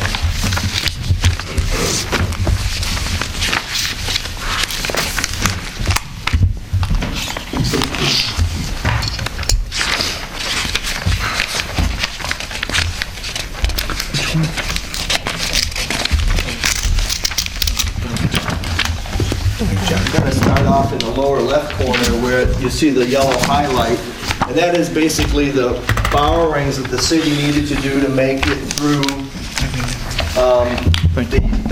there might be two there, Councilman. Right. Just zeroed out the last couple of years. Yeah, so we haven't had to do any borrowings in the last couple of years, which was very positive. But what we have in this coming year, I'm kind of right now showing a projection of 600,000, which you can see highlighted in orange. And you say, well, boy, we've had a couple of years of zeros. Why might we have the money? This year, we purchased a golf course, right? We used $1.6 million to purchase a golf course. So we used our cash to buy the liquid asset. And then the second thing that I have on this cash flow, if it occurs in this fiscal year, is the payment to the Section 115 trust, which is $1.5 million. So we've taken, now we have a little bit over $3 million that you've taken out of the cash for this year. For our ability to, pay the instrument. And that the Section 115 contribution is $1.5 million. You can see it there highlighted in pink. And so that would be new this year. Now, some of that money will be recovered next year if the budgets go accordingly. That's why we possibly could run into this situation. It's possible that this 600,000 could be, we could, as the year plays out, it could not come to fruition, but this is where I kind of like to be prepared. I was a Boy Scout, an Eagle Scout actually, so be prepared was our motto, right? And so, we like to be prepared. And so, that's why I come before you, and I've been doing it for years to kind of say, and even these years that we've had zeros, we've said, approve something. So the mayor's conversation is, and I'll kind of give a quick summary of this. When people don't pay their taxes, we turn them over to Wayne County for collection. You probably see the county's tax collections on TV saying, we're collecting the taxes, and then if they don't, then they offer the properties to sale for us, or they put them out for bids and all that. What the county does is they issue debt. Okay, they go out to bonds, sell bonds, and then they make the community whole for all their delinquent taxes. So that blue highlight on the front page of $1 million is that money coming in for our delinquent taxes for 2018. In the past, there's been years when the county hasn't given that money to us in the month of June, which then causes an issue. I know, so the mayor's question was, is Mr. Sabri working on it? They are working on it, and hopefully it comes to pass. If it doesn't, that's where, we could fall short. And so, we like to be prepared. So, and when I'm talking to people at the county, I'm always asking, how's the sale coming along, because when Wayne County goes out for the bids, it's not like they're just bidding out for Dearborn Heights. They're bidding out for all of Wayne County, which includes the city of Detroit. And so even Detroit has come a long way. It still has a reputation, of a lower rating than what, currently the city has, our city. So, we just have to be prepared that could happen. So there's been a lot of issues about borrowing the money, and especially because it's been borrowed from the water fund. And so it has always been paid back with interest at the market rate of which that money would have been invested at. And so, that money has never been not replaced. It's always been replaced. And so,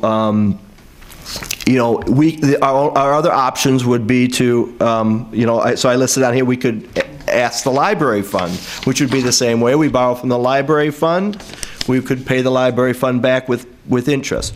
If you borrow from Tifa, you would have to have the Gary Miyake, and this has been done in the past, do a loan agreement between us and Tifa, because Tifa is an authority, which is a separate entity, and we would have to have an agreement. So, that would be in the hands of the city council. I mean, would you guys want me to go ahead and request it from the water, or is because of the political ramifications of that, do it from some other fund, or?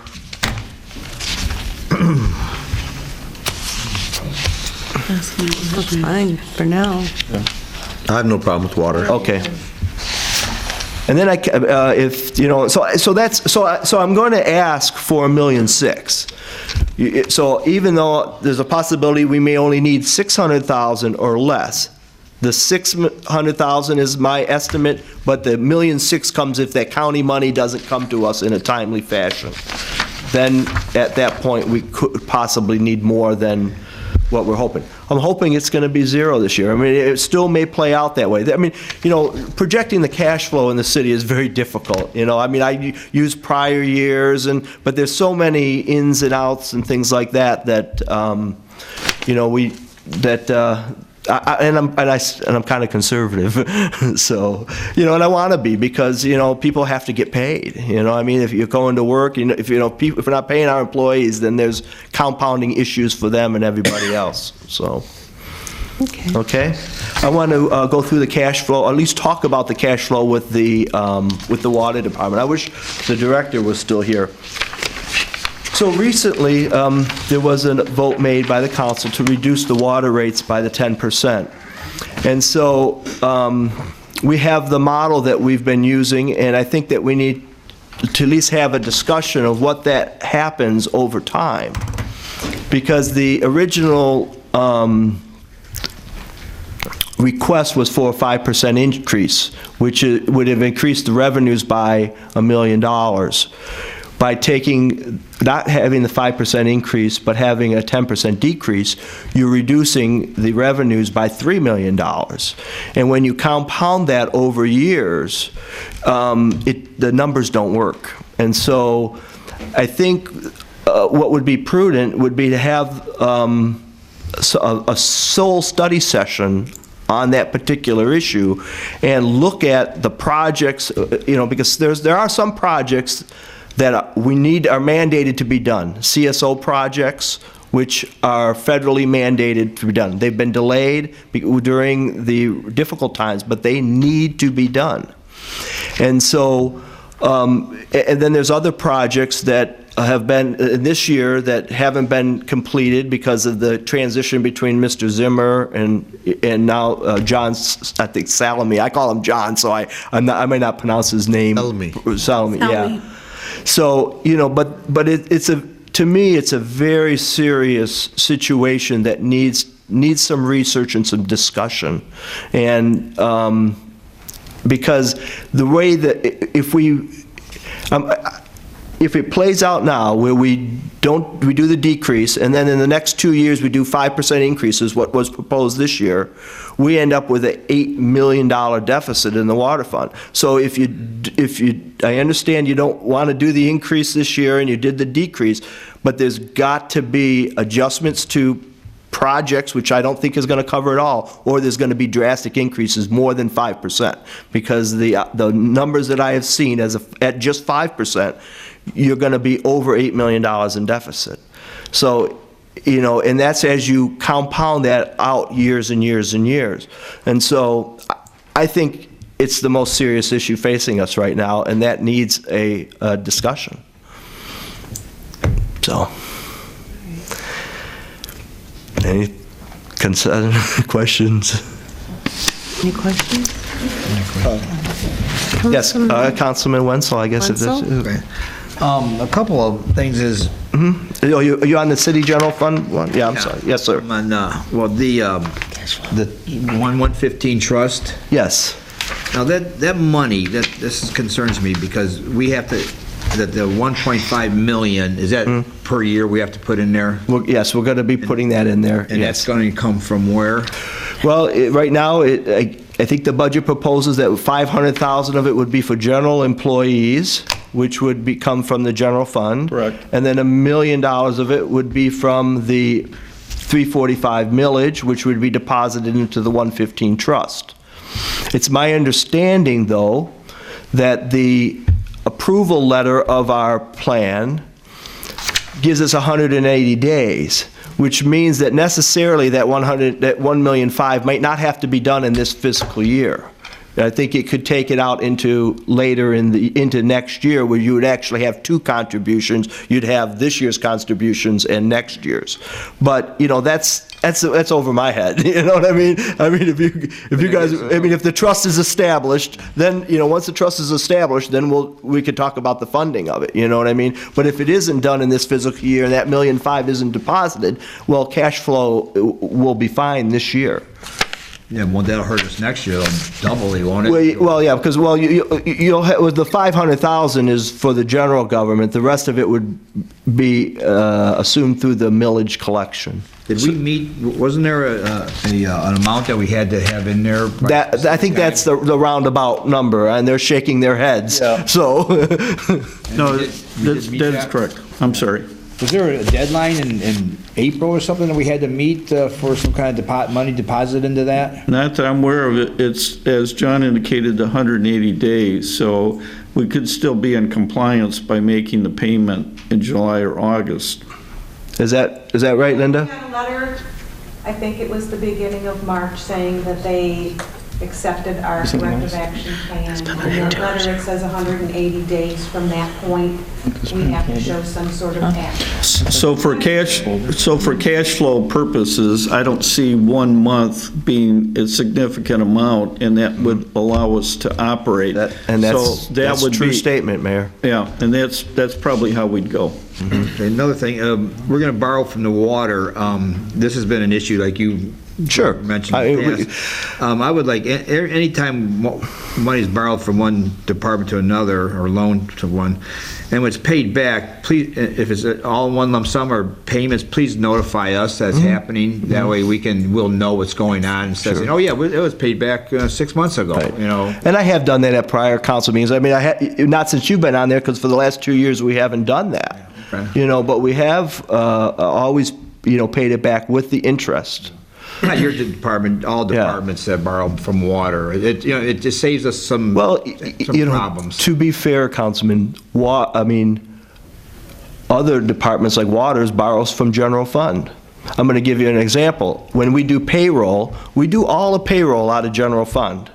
And then there are allocations from the other departments like library and all that. The money gets transferred into general fund to make up all the department's payroll. I mean, we don't do a payroll for the library and then get library money. It's kind of at the end of each month, we do transfers between all of the funds, library, water, and all that for that month's payroll. So in a way, like general fund is fronting money to the water department for the payroll of their employees, you know, and then it gets paid back. You know, and so, you know, so it happens all the time. But I'm just kind of giving you an example of how those things work.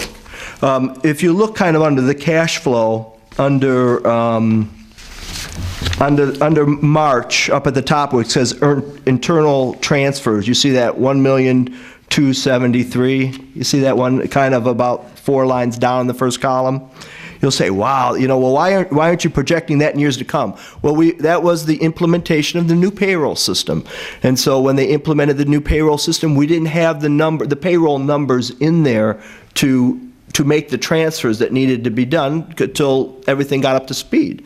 And so that was a kind of a catch-up from all those months that we had come behind until we got it all straightened out, and then the monies got transferred into general fund. But, you know, in the operation of the city, there is always kind of a you know, take care of this, and you know, it gets paid back, and you know, and counting mechanisms, you know.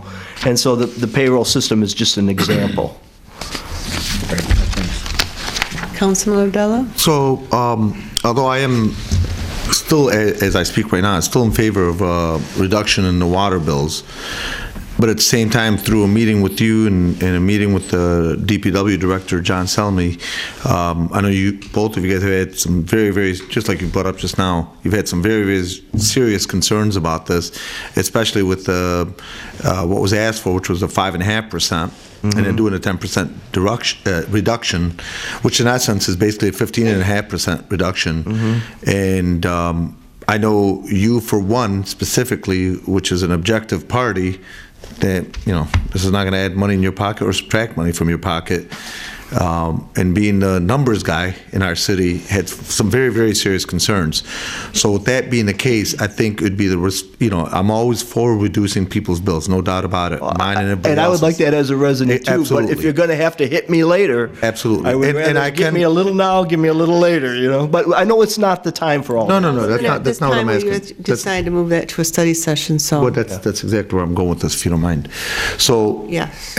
all I'm saying is, I think it is the responsible thing for us to sit down and take a look at these numbers just to make sure that we are making good, responsible decisions, not that are going to look good now but hurt us in the future, just to make sure. And I am in favor of a reduction, And but we that's just want all to make we sure we're can doing ask. something That's responsible. all that we can ask is that it be looked at, and I really appreciate that. That's all we can ask.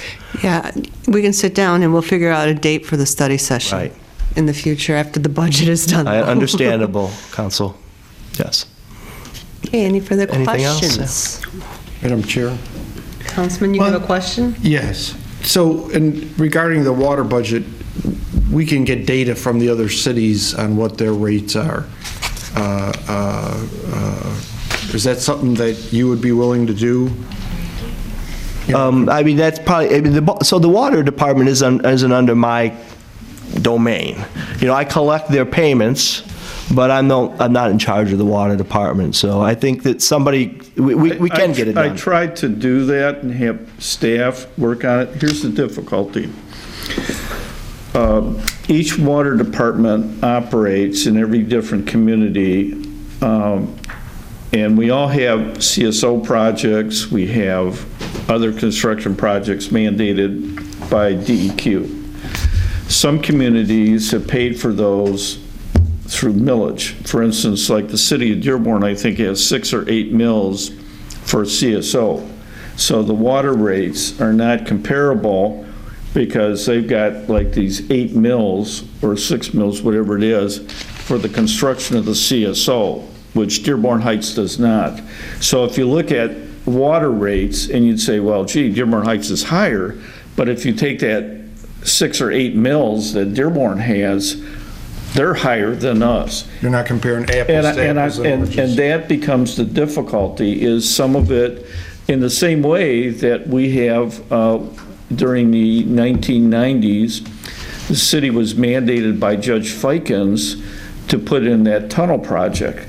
And he mandated a millage that goes on our particular, and it's not funded through the sewage, but it's funded by millage. So when you start putting these all together in these communities, it became very difficult to try to equate what is the actual rate in a particular community for, the water rate is a little bit easier to define. It's in that sewage rate that becomes very difficult. The other thing compounds it, a lot of cities only buy water from Great Lakes Water Authority and dispose of it in one system, the Middle Rouge, the Upper Rouge, where in Dearborn Heights, we have 2, the Ecorse Creek Basin, and also, well, actually, we're in 3 because we have a piece of the Lower Rouge that goes along Michigan Avenue, that the strip area, and that's where our CSO requirements are, but you also have the Middle Rouge. So the rates are not the same in each one of these drainage districts. And so we were not able to quantify. We actually asked Plant Moran to assist us in this, and they were having the same difficulty that the staff was having. But about 2 months ago, somebody said, well, it's not comparable in other towns, and I wanted to know factually if it was or was not. And the staff spent a lot of time, and they came back and they said, Mayor, we don't think we can come up with an analysis for you. That's something we can talk about maybe at the study session. I had one. I want to address also the elephant in the room, and that's the over CSO collection, which has been talked about a lot also. As we bond for this CSO project, because we have 2 of them, one of them was scheduled to be paid with cash from the water account, and that was in their budget of projections, that was $2 million.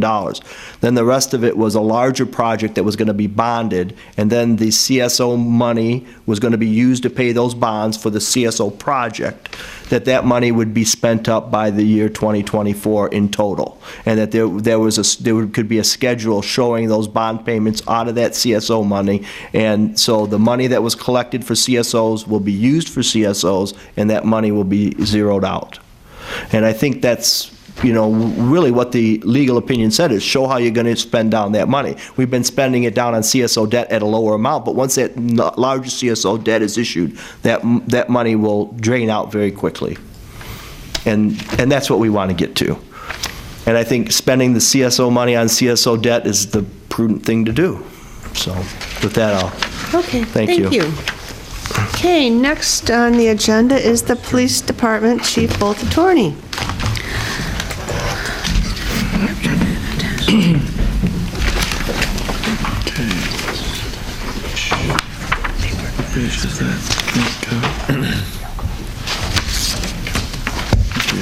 Shoot.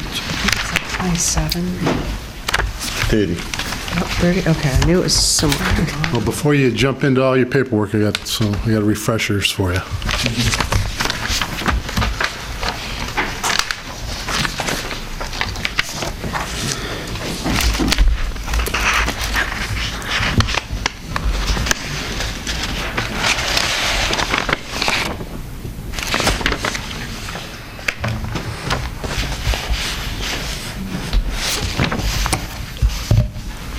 May I approach? No. No. I guess it's a short meeting.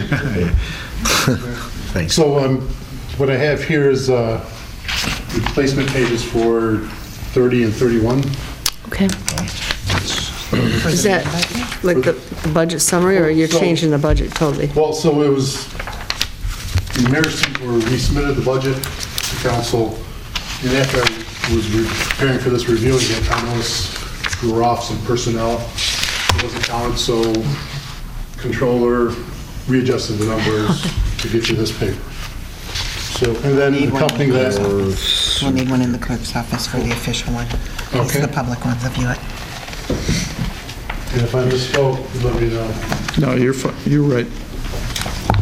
So let me just go through this first one, and then I have one that I emailed earlier today that kind of has the highlights. If you did print it out, That's the replacement for 30 and 31. Thank you. 3 pages. Let's see.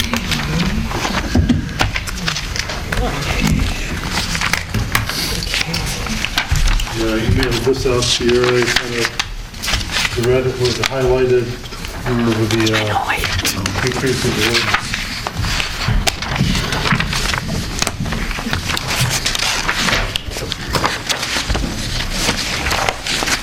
Thank you.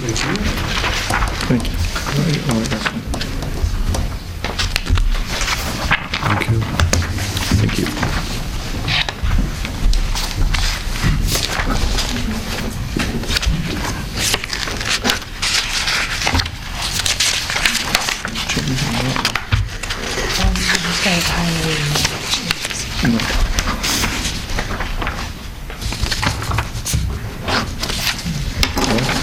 See, they put it in red, and it's... No, looking at this one here.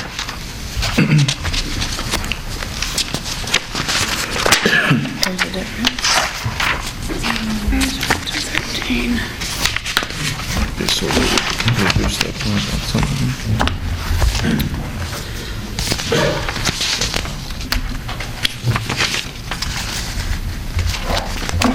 Ready to roll? Well, like Mr. Riley said, like a good Boy Scout, you better be prepared like an hour early and ready to go with some new stuff. So I'm wearing my belt and my suspenders today, so I don't think anything's going to fall off. So where do you want to start? We could start with the reason for the adjustment was for personnel.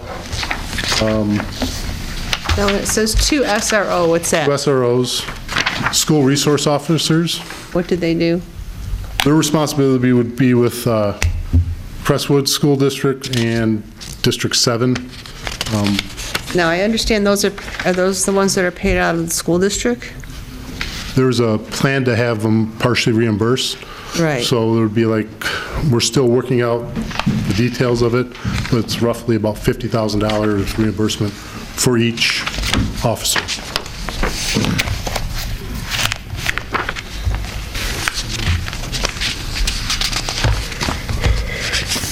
And then to maintain the numbers.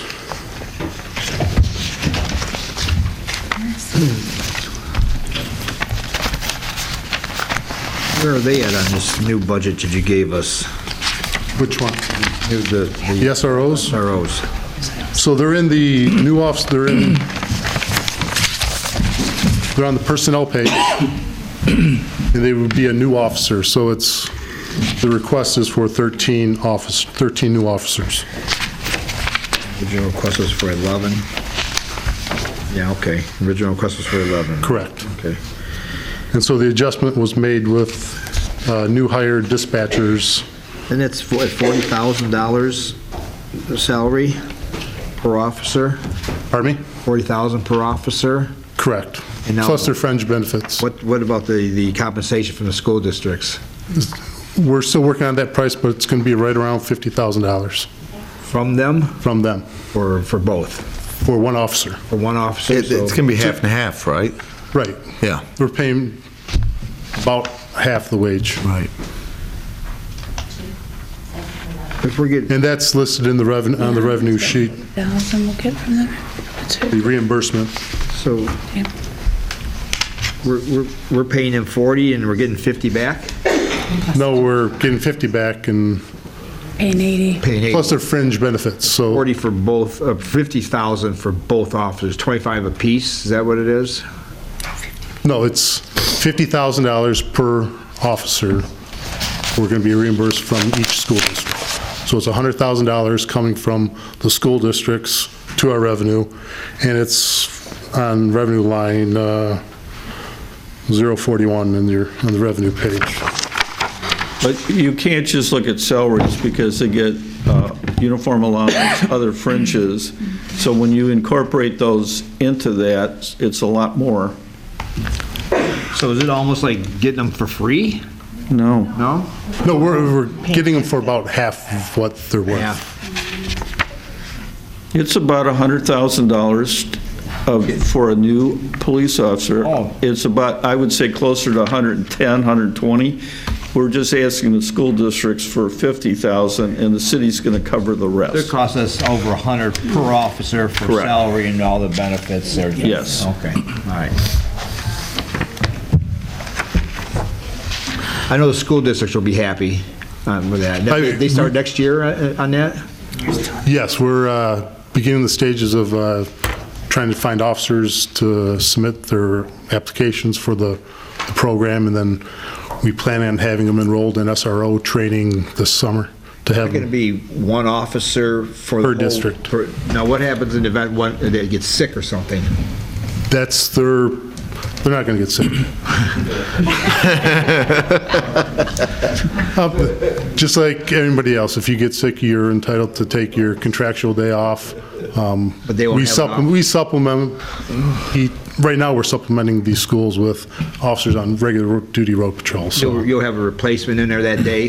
there won't be a specific replacement for that officer, but we're encouraging them to spend more time at the schools and less time elsewhere.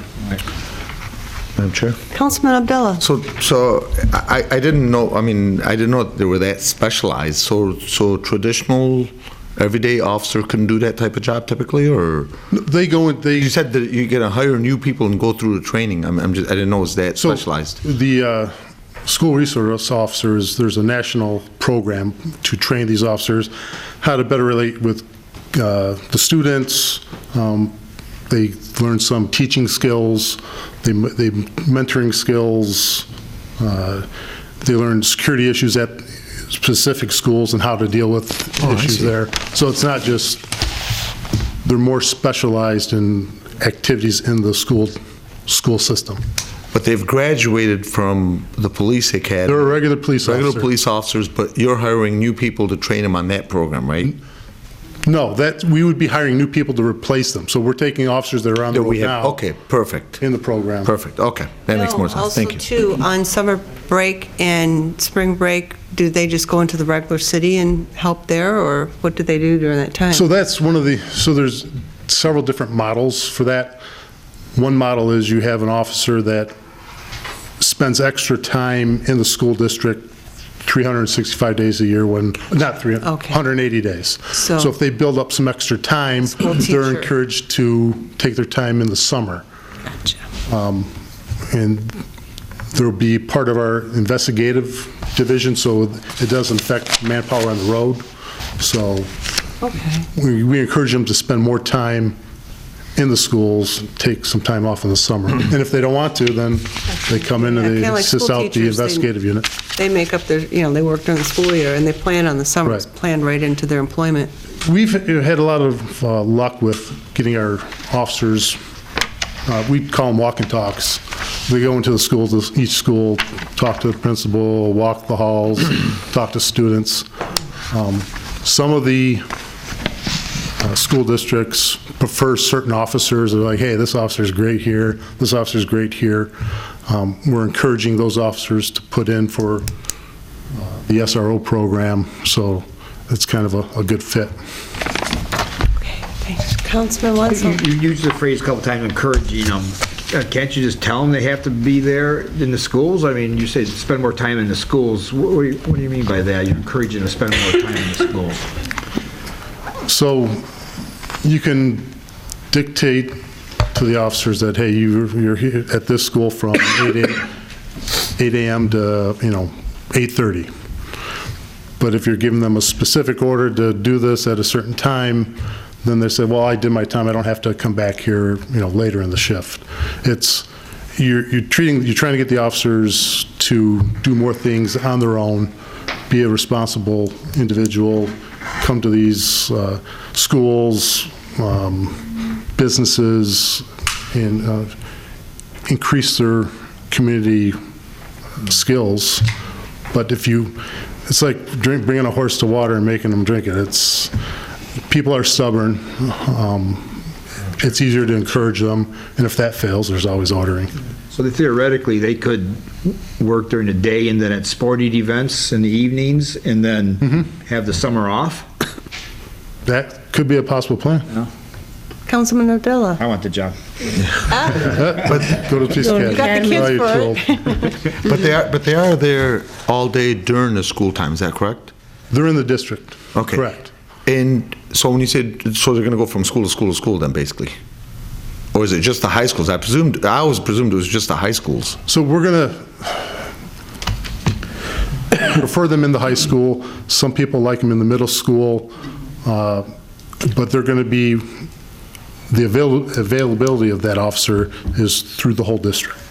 So if there's an issue at, one of the middle schools or grade school, the officer can respond there. If it's an emergency, regular road patrol is going to respond. If it's not an emergency, the school resource officer can. And they're not going to be involved in traffic, I presume, is that correct? No. Okay, so just primarily dealing with students, Primarily dealing with parents, students. issues, Yes. what have you.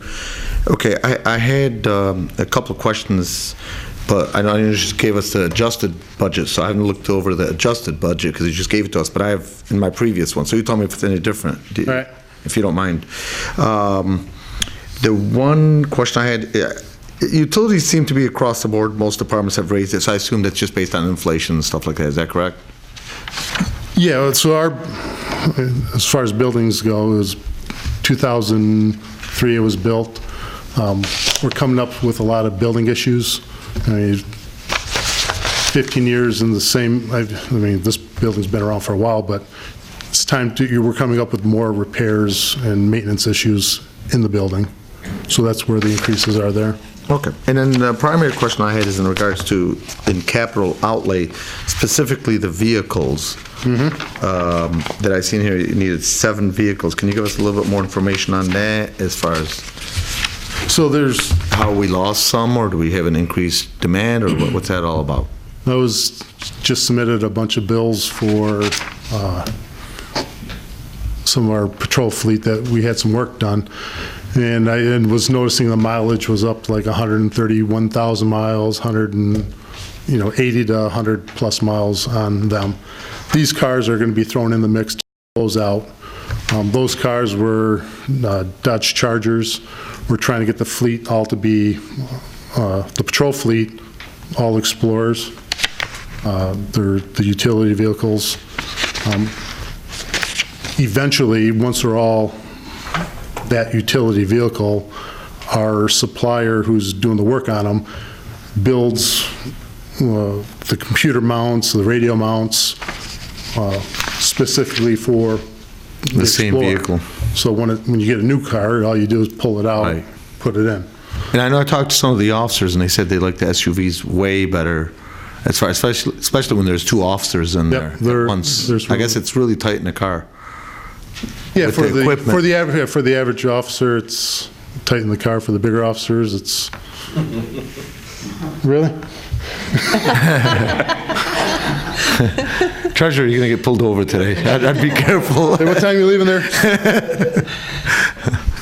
Okay, thank you. What's the life Madam expectancy of? Councilman Bazey. Okay, so you mentioned you have the 7 vehicles, 5 patrol and 2 DB/UC. What is the 2? The 2 is for our investigative units.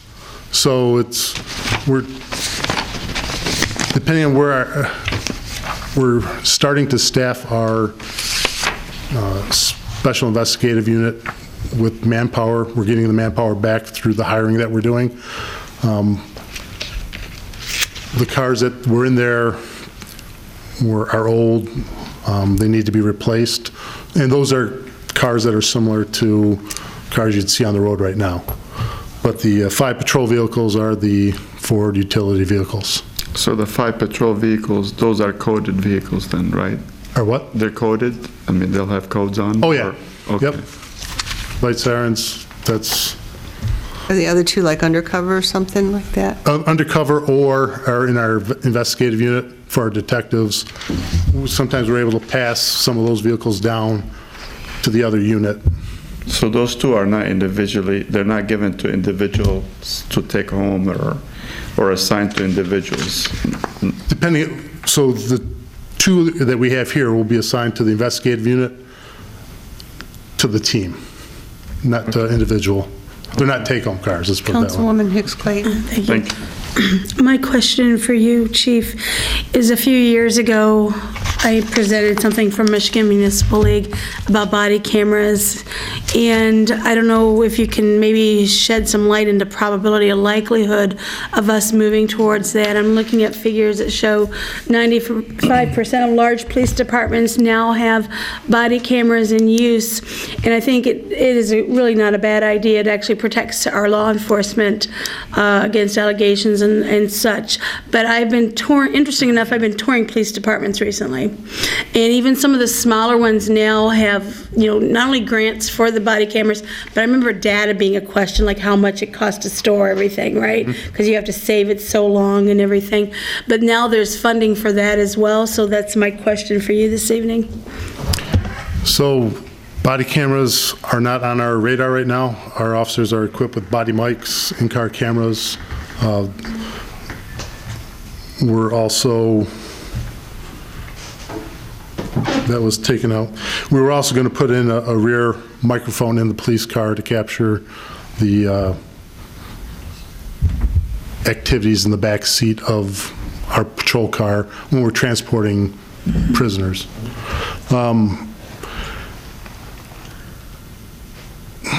This past year, we looked at a system made by Axon Taser. They're it's a cloud-based unit, and the whole unit is, you would have to wipe out your whole video system that you currently have and go with this system. It's not, you wouldn't want to piecemeal it. So right now, the system we have is L3, the company is L3, and it's all based on their system. At one point, they were getting into the video body camera business. Their equipment really wasn't what we're looking for.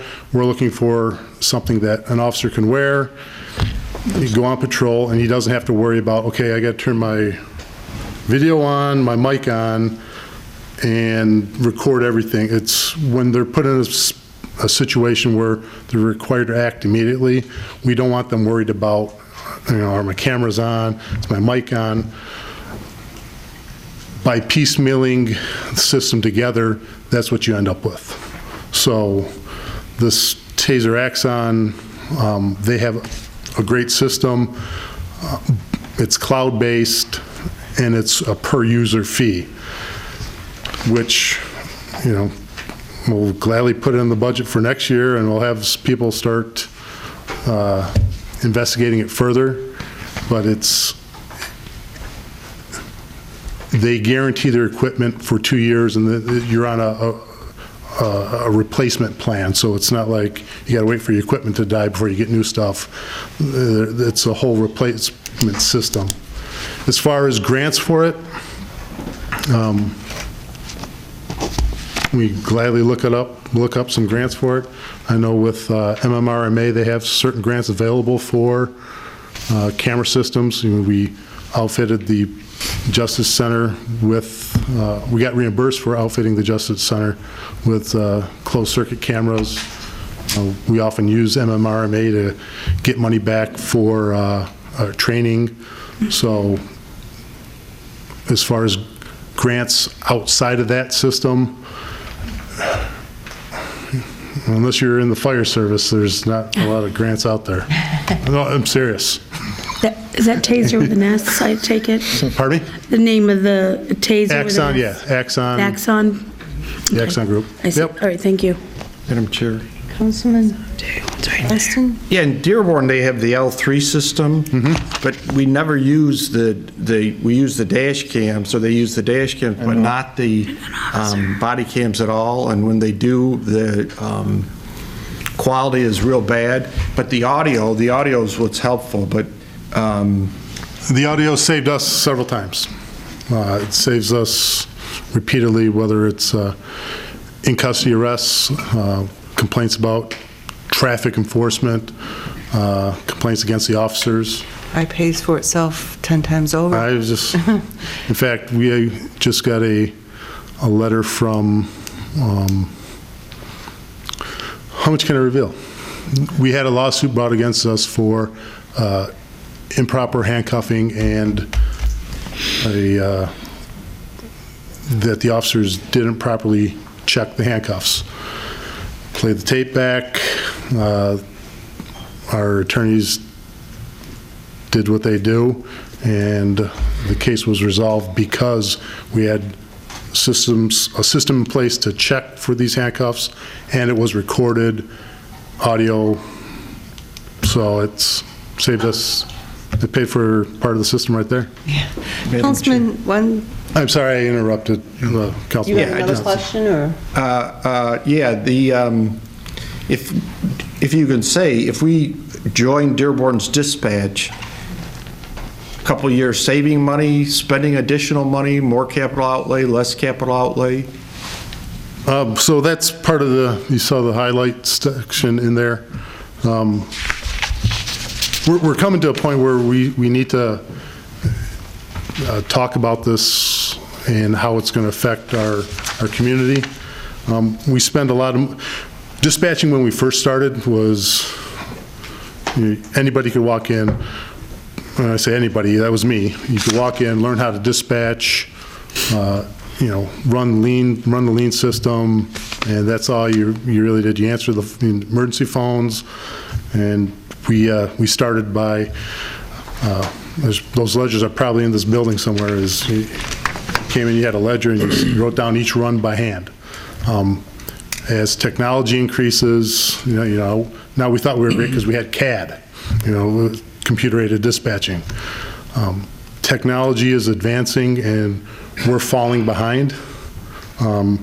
So part of this Intrado hardware upgrade, the next Gen 911 that's in there, it's $132,000. We have to do that to stay compliant with the state police. That's just for this year. For the next years 2 through 5, there's service and maintenance fees that we have to pay for just a grand total of $258,000 over 5 years. That's just for next Gen 911. That doesn't include, within the next 5 years, the dispatching center will be 20 years old. And so we need to start somehow putting, if we're staying in the dispatch business, putting money aside to deal with these problems that we're going to be experiencing there. The issue that I think was an issue prior to this Dearborn dispatching was our name was used to apply for some grant money. Dearborn got the system up and running, and part of the deal was they needed, the more people they had in dispatch, the bigger the savings was. And so there was an election season was coming up. Dispatch was a hot topic. We lost a bunch of dispatchers because of the rumors that were circulating at the time. So that hurt us. So that consolidated dispatch issue fell dormant for a while on the outside communities, but Dearborn pushed ahead with it because that's what they needed, a new dispatch. The thing is Dearborn needed to land more people. Just recently, Dearborn landed Westland, Garden City, Inkster, and Wayne. So now the base is there to get full potential of the savings from Dearborn. If you join. If you don't join, you better start putting money away for dispatch.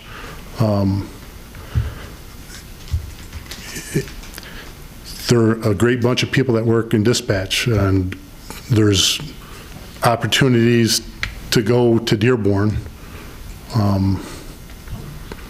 We need to do something. We need to talk about it, evaluate, does Dearborn still want us? What's our savings going to be? We need to do something.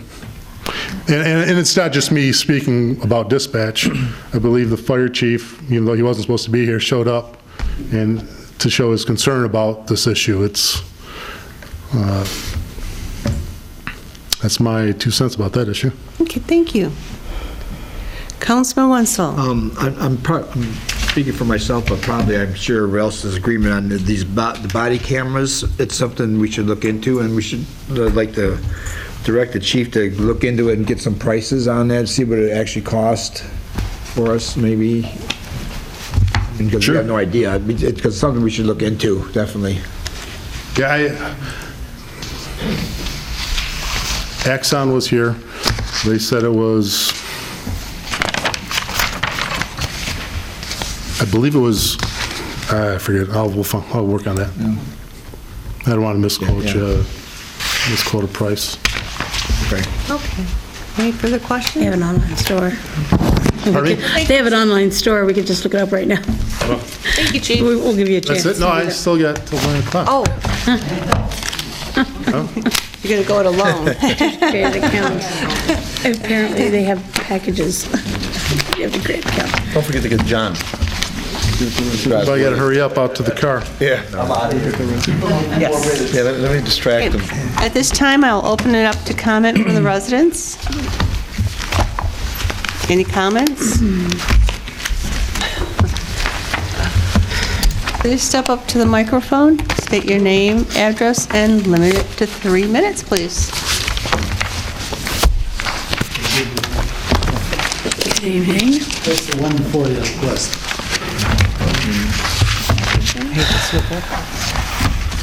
Suhair Abha, Dearborn Heights.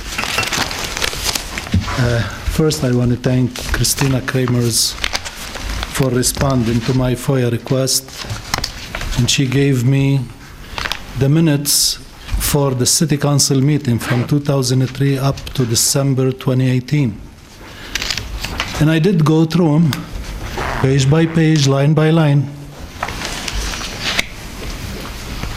First, I found resolution by city council allowing money for PAG to be spent, $23,194 out of $2,414,000. 2.4 million. Second, I was really amazed that we had city council who slept on the wheel for years. The water fund was used simply as cash cow for the city to be used for cars, for gas, for repairs, for all kind of things. Nobody asked a question because, again, the city council didn't know what they were doing, and I don't believe they knew what was going on. They just rubber stamped everything. We could have saved millions of dollars on cement contracts, on garbage contracts, on lots of things I learned from those papers here, and I wish the city council members would read at least for a couple of years before you came on board. You will be amazed how much there is here. And some people, I like to mention,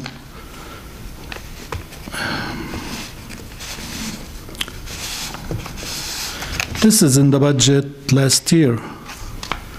You approved salary increases for heads of department.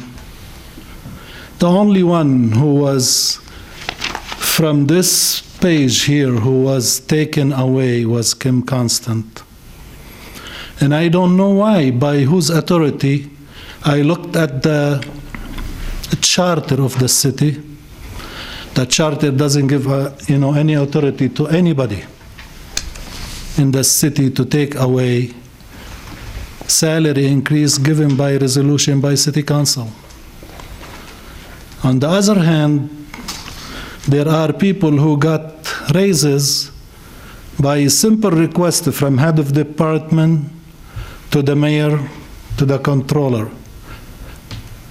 2 employees, one making 90% more salary than the same employee with the same specification. I'm asking the city council, you're responsible for our money. You're responsible for the budget. This is the time for you, once and for all, to put the budget in front of you. Everybody comes in front of you. Write down it was said. Write down what's going on. Ask for every penny which going to be spent so we don't have this circus which went on for 14 years. Thank you. Your 3 months are up. Okay. Any other comments from the residents? Chief, one last thing. Oh, sure. You really are going to take all your time, aren't you? No, 30 seconds. Okay. And I have a prop right here. It's the FOIA prop. We asked for an investigative secretary to deal with the FOIA issue.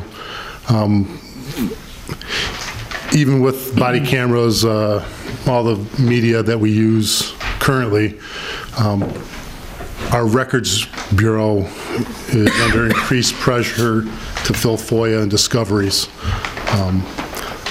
Last budget, it was cut out. This year, I put it in for half a year, only a half a year, because by the time we begin the process to do the hiring, it'll be a half-year position. Okay. You kind of saw a demonstration of how much time and papers produced. That was just for his FOIA. My notes are over there. We're up 10% from last year in FOIA requests, so I just didn't want to forget that part. Okay. Madam Thank Chair. you. Councilman, do you have a comment? I'm sorry, a question? Yeah, quickly, so now, if your department is like any other department, you're getting a big FOIA request from the law firms about the accidents, for accident reports, and like sanding from Sam Bernstein's office, Mike Morris. So, yeah, we're getting those, but then we're also getting kind of a data mining requests. They just want information on how to, how many accidents occurred in, this intersection, people bringing in requests that really we can't justify filling, but we have to because it's the law. And so they're taking up our time. If we don't fill them on time, we're penalized. So we're spending a lot more time filling those requests than we used to. Chair, I have a question for the chief when he's up there. The investigative secretary, how do you plan on filling that position, or what's the criteria or requirements for that job? Well, it'd be a civil service position, not in the union. We'd work with the HR department to come up with a job description and have it filled that way, posted and filled. It has been posted? It has not. We have to approve it first, so thanks for the approval. Thank you. Thank you. Does it get approved? It doesn't. Thank you. I still got. I just thought maybe. I know you do, but you're going to do that alone if you dare try. Any other residents? Sorry. Yes. Your name, and you have 3 minutes, please. Yes, hi. I'm actually going to read what I have to say because I don't want to forget anything. So while of all people myself, I appreciate any attempt at providing officers to the district to ensure student safety, I feel like the money that was discussed a little bit ago could be spent, could be better spent. Currently, we do not consistently have any officers, I don't want to say any, we do not consistently have officers assisting with the schools on a full-time basis or even on a part-time basis. Nowadays, their presence is scarce, maybe once a week, if I even see anybody there at all throughout the week, and I get that I made a complaint and it went from one extreme to the complete other extreme. What benefit are we as a school district going to gain from having one officer visiting 4 schools throughout the day? You do realize we have 4 schools just in Crestwood School District. Are they going to be spending their entire day in a building or in buildings? And if they aren't in a building, where are they going to be?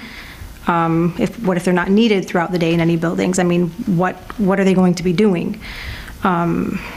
Wouldn't it benefit the schools as well as the city to have more officers during pickup and drop-off time on a part-time basis, or even overtime, I don't know, as opposed to spreading one person out throughout the day, just visiting 4 different schools when nothing could be, they may not be needed. We're spending all this money, the district as well, spending $50,000, Crestwood in itself. So yeah, it doesn't make sense to me. It makes absolutely no sense to me. We need somebody there to assist. I see the officers there sometimes, just sitting in their car, watching. I get it, people are great, but we could do so much more if they actually were out controlling traffic and helping kids cross the streets. We have one person, just Highview alone, has 3 different crosswalks to cross the street to get to the school. Anyways, you guys already know how I feel about our safety, with the schools. It's out of control. With regards to body cams, I feel like that's something very, I know you guys are asking to get a quote for that, but audio doesn't tell you everything. You can hear somebody make an accusation, whether it be from one side or the other. I think it would protect our officers a great deal more to actually see what's happening as opposed to hearing somebody make an accusation. That doesn't tell you what happened. It tells you nothing. You can hear, anybody can say anything. So, that's it. Thank you. Thank you. Thank you. Your name, address, and 3 minutes, please. Nancy Breyer, Colgate Street. And my concern is, you mentioned having this SRO program for Crestwood and D7. Isn't Westwood Community also in our grouping? And I do believe they've had issues there were pretty serious, and I would include Thorne School as well as the high school. And that's my concern, that it should be all of the school districts. Thank you. Thank you. Any further comment? You know, I think it's Crestwood and D7 are the only ones that have requested it. Am I right? Well, the No, I only think two we that are went to all totally those schools, but I'll let Chief. Yeah, all the school districts were addressed, and Crestwood and D7 chose to proceed further with the SRO program. Okay. Thank you. Any other comments? Okay, this adjourns our budget meeting. Have a good night.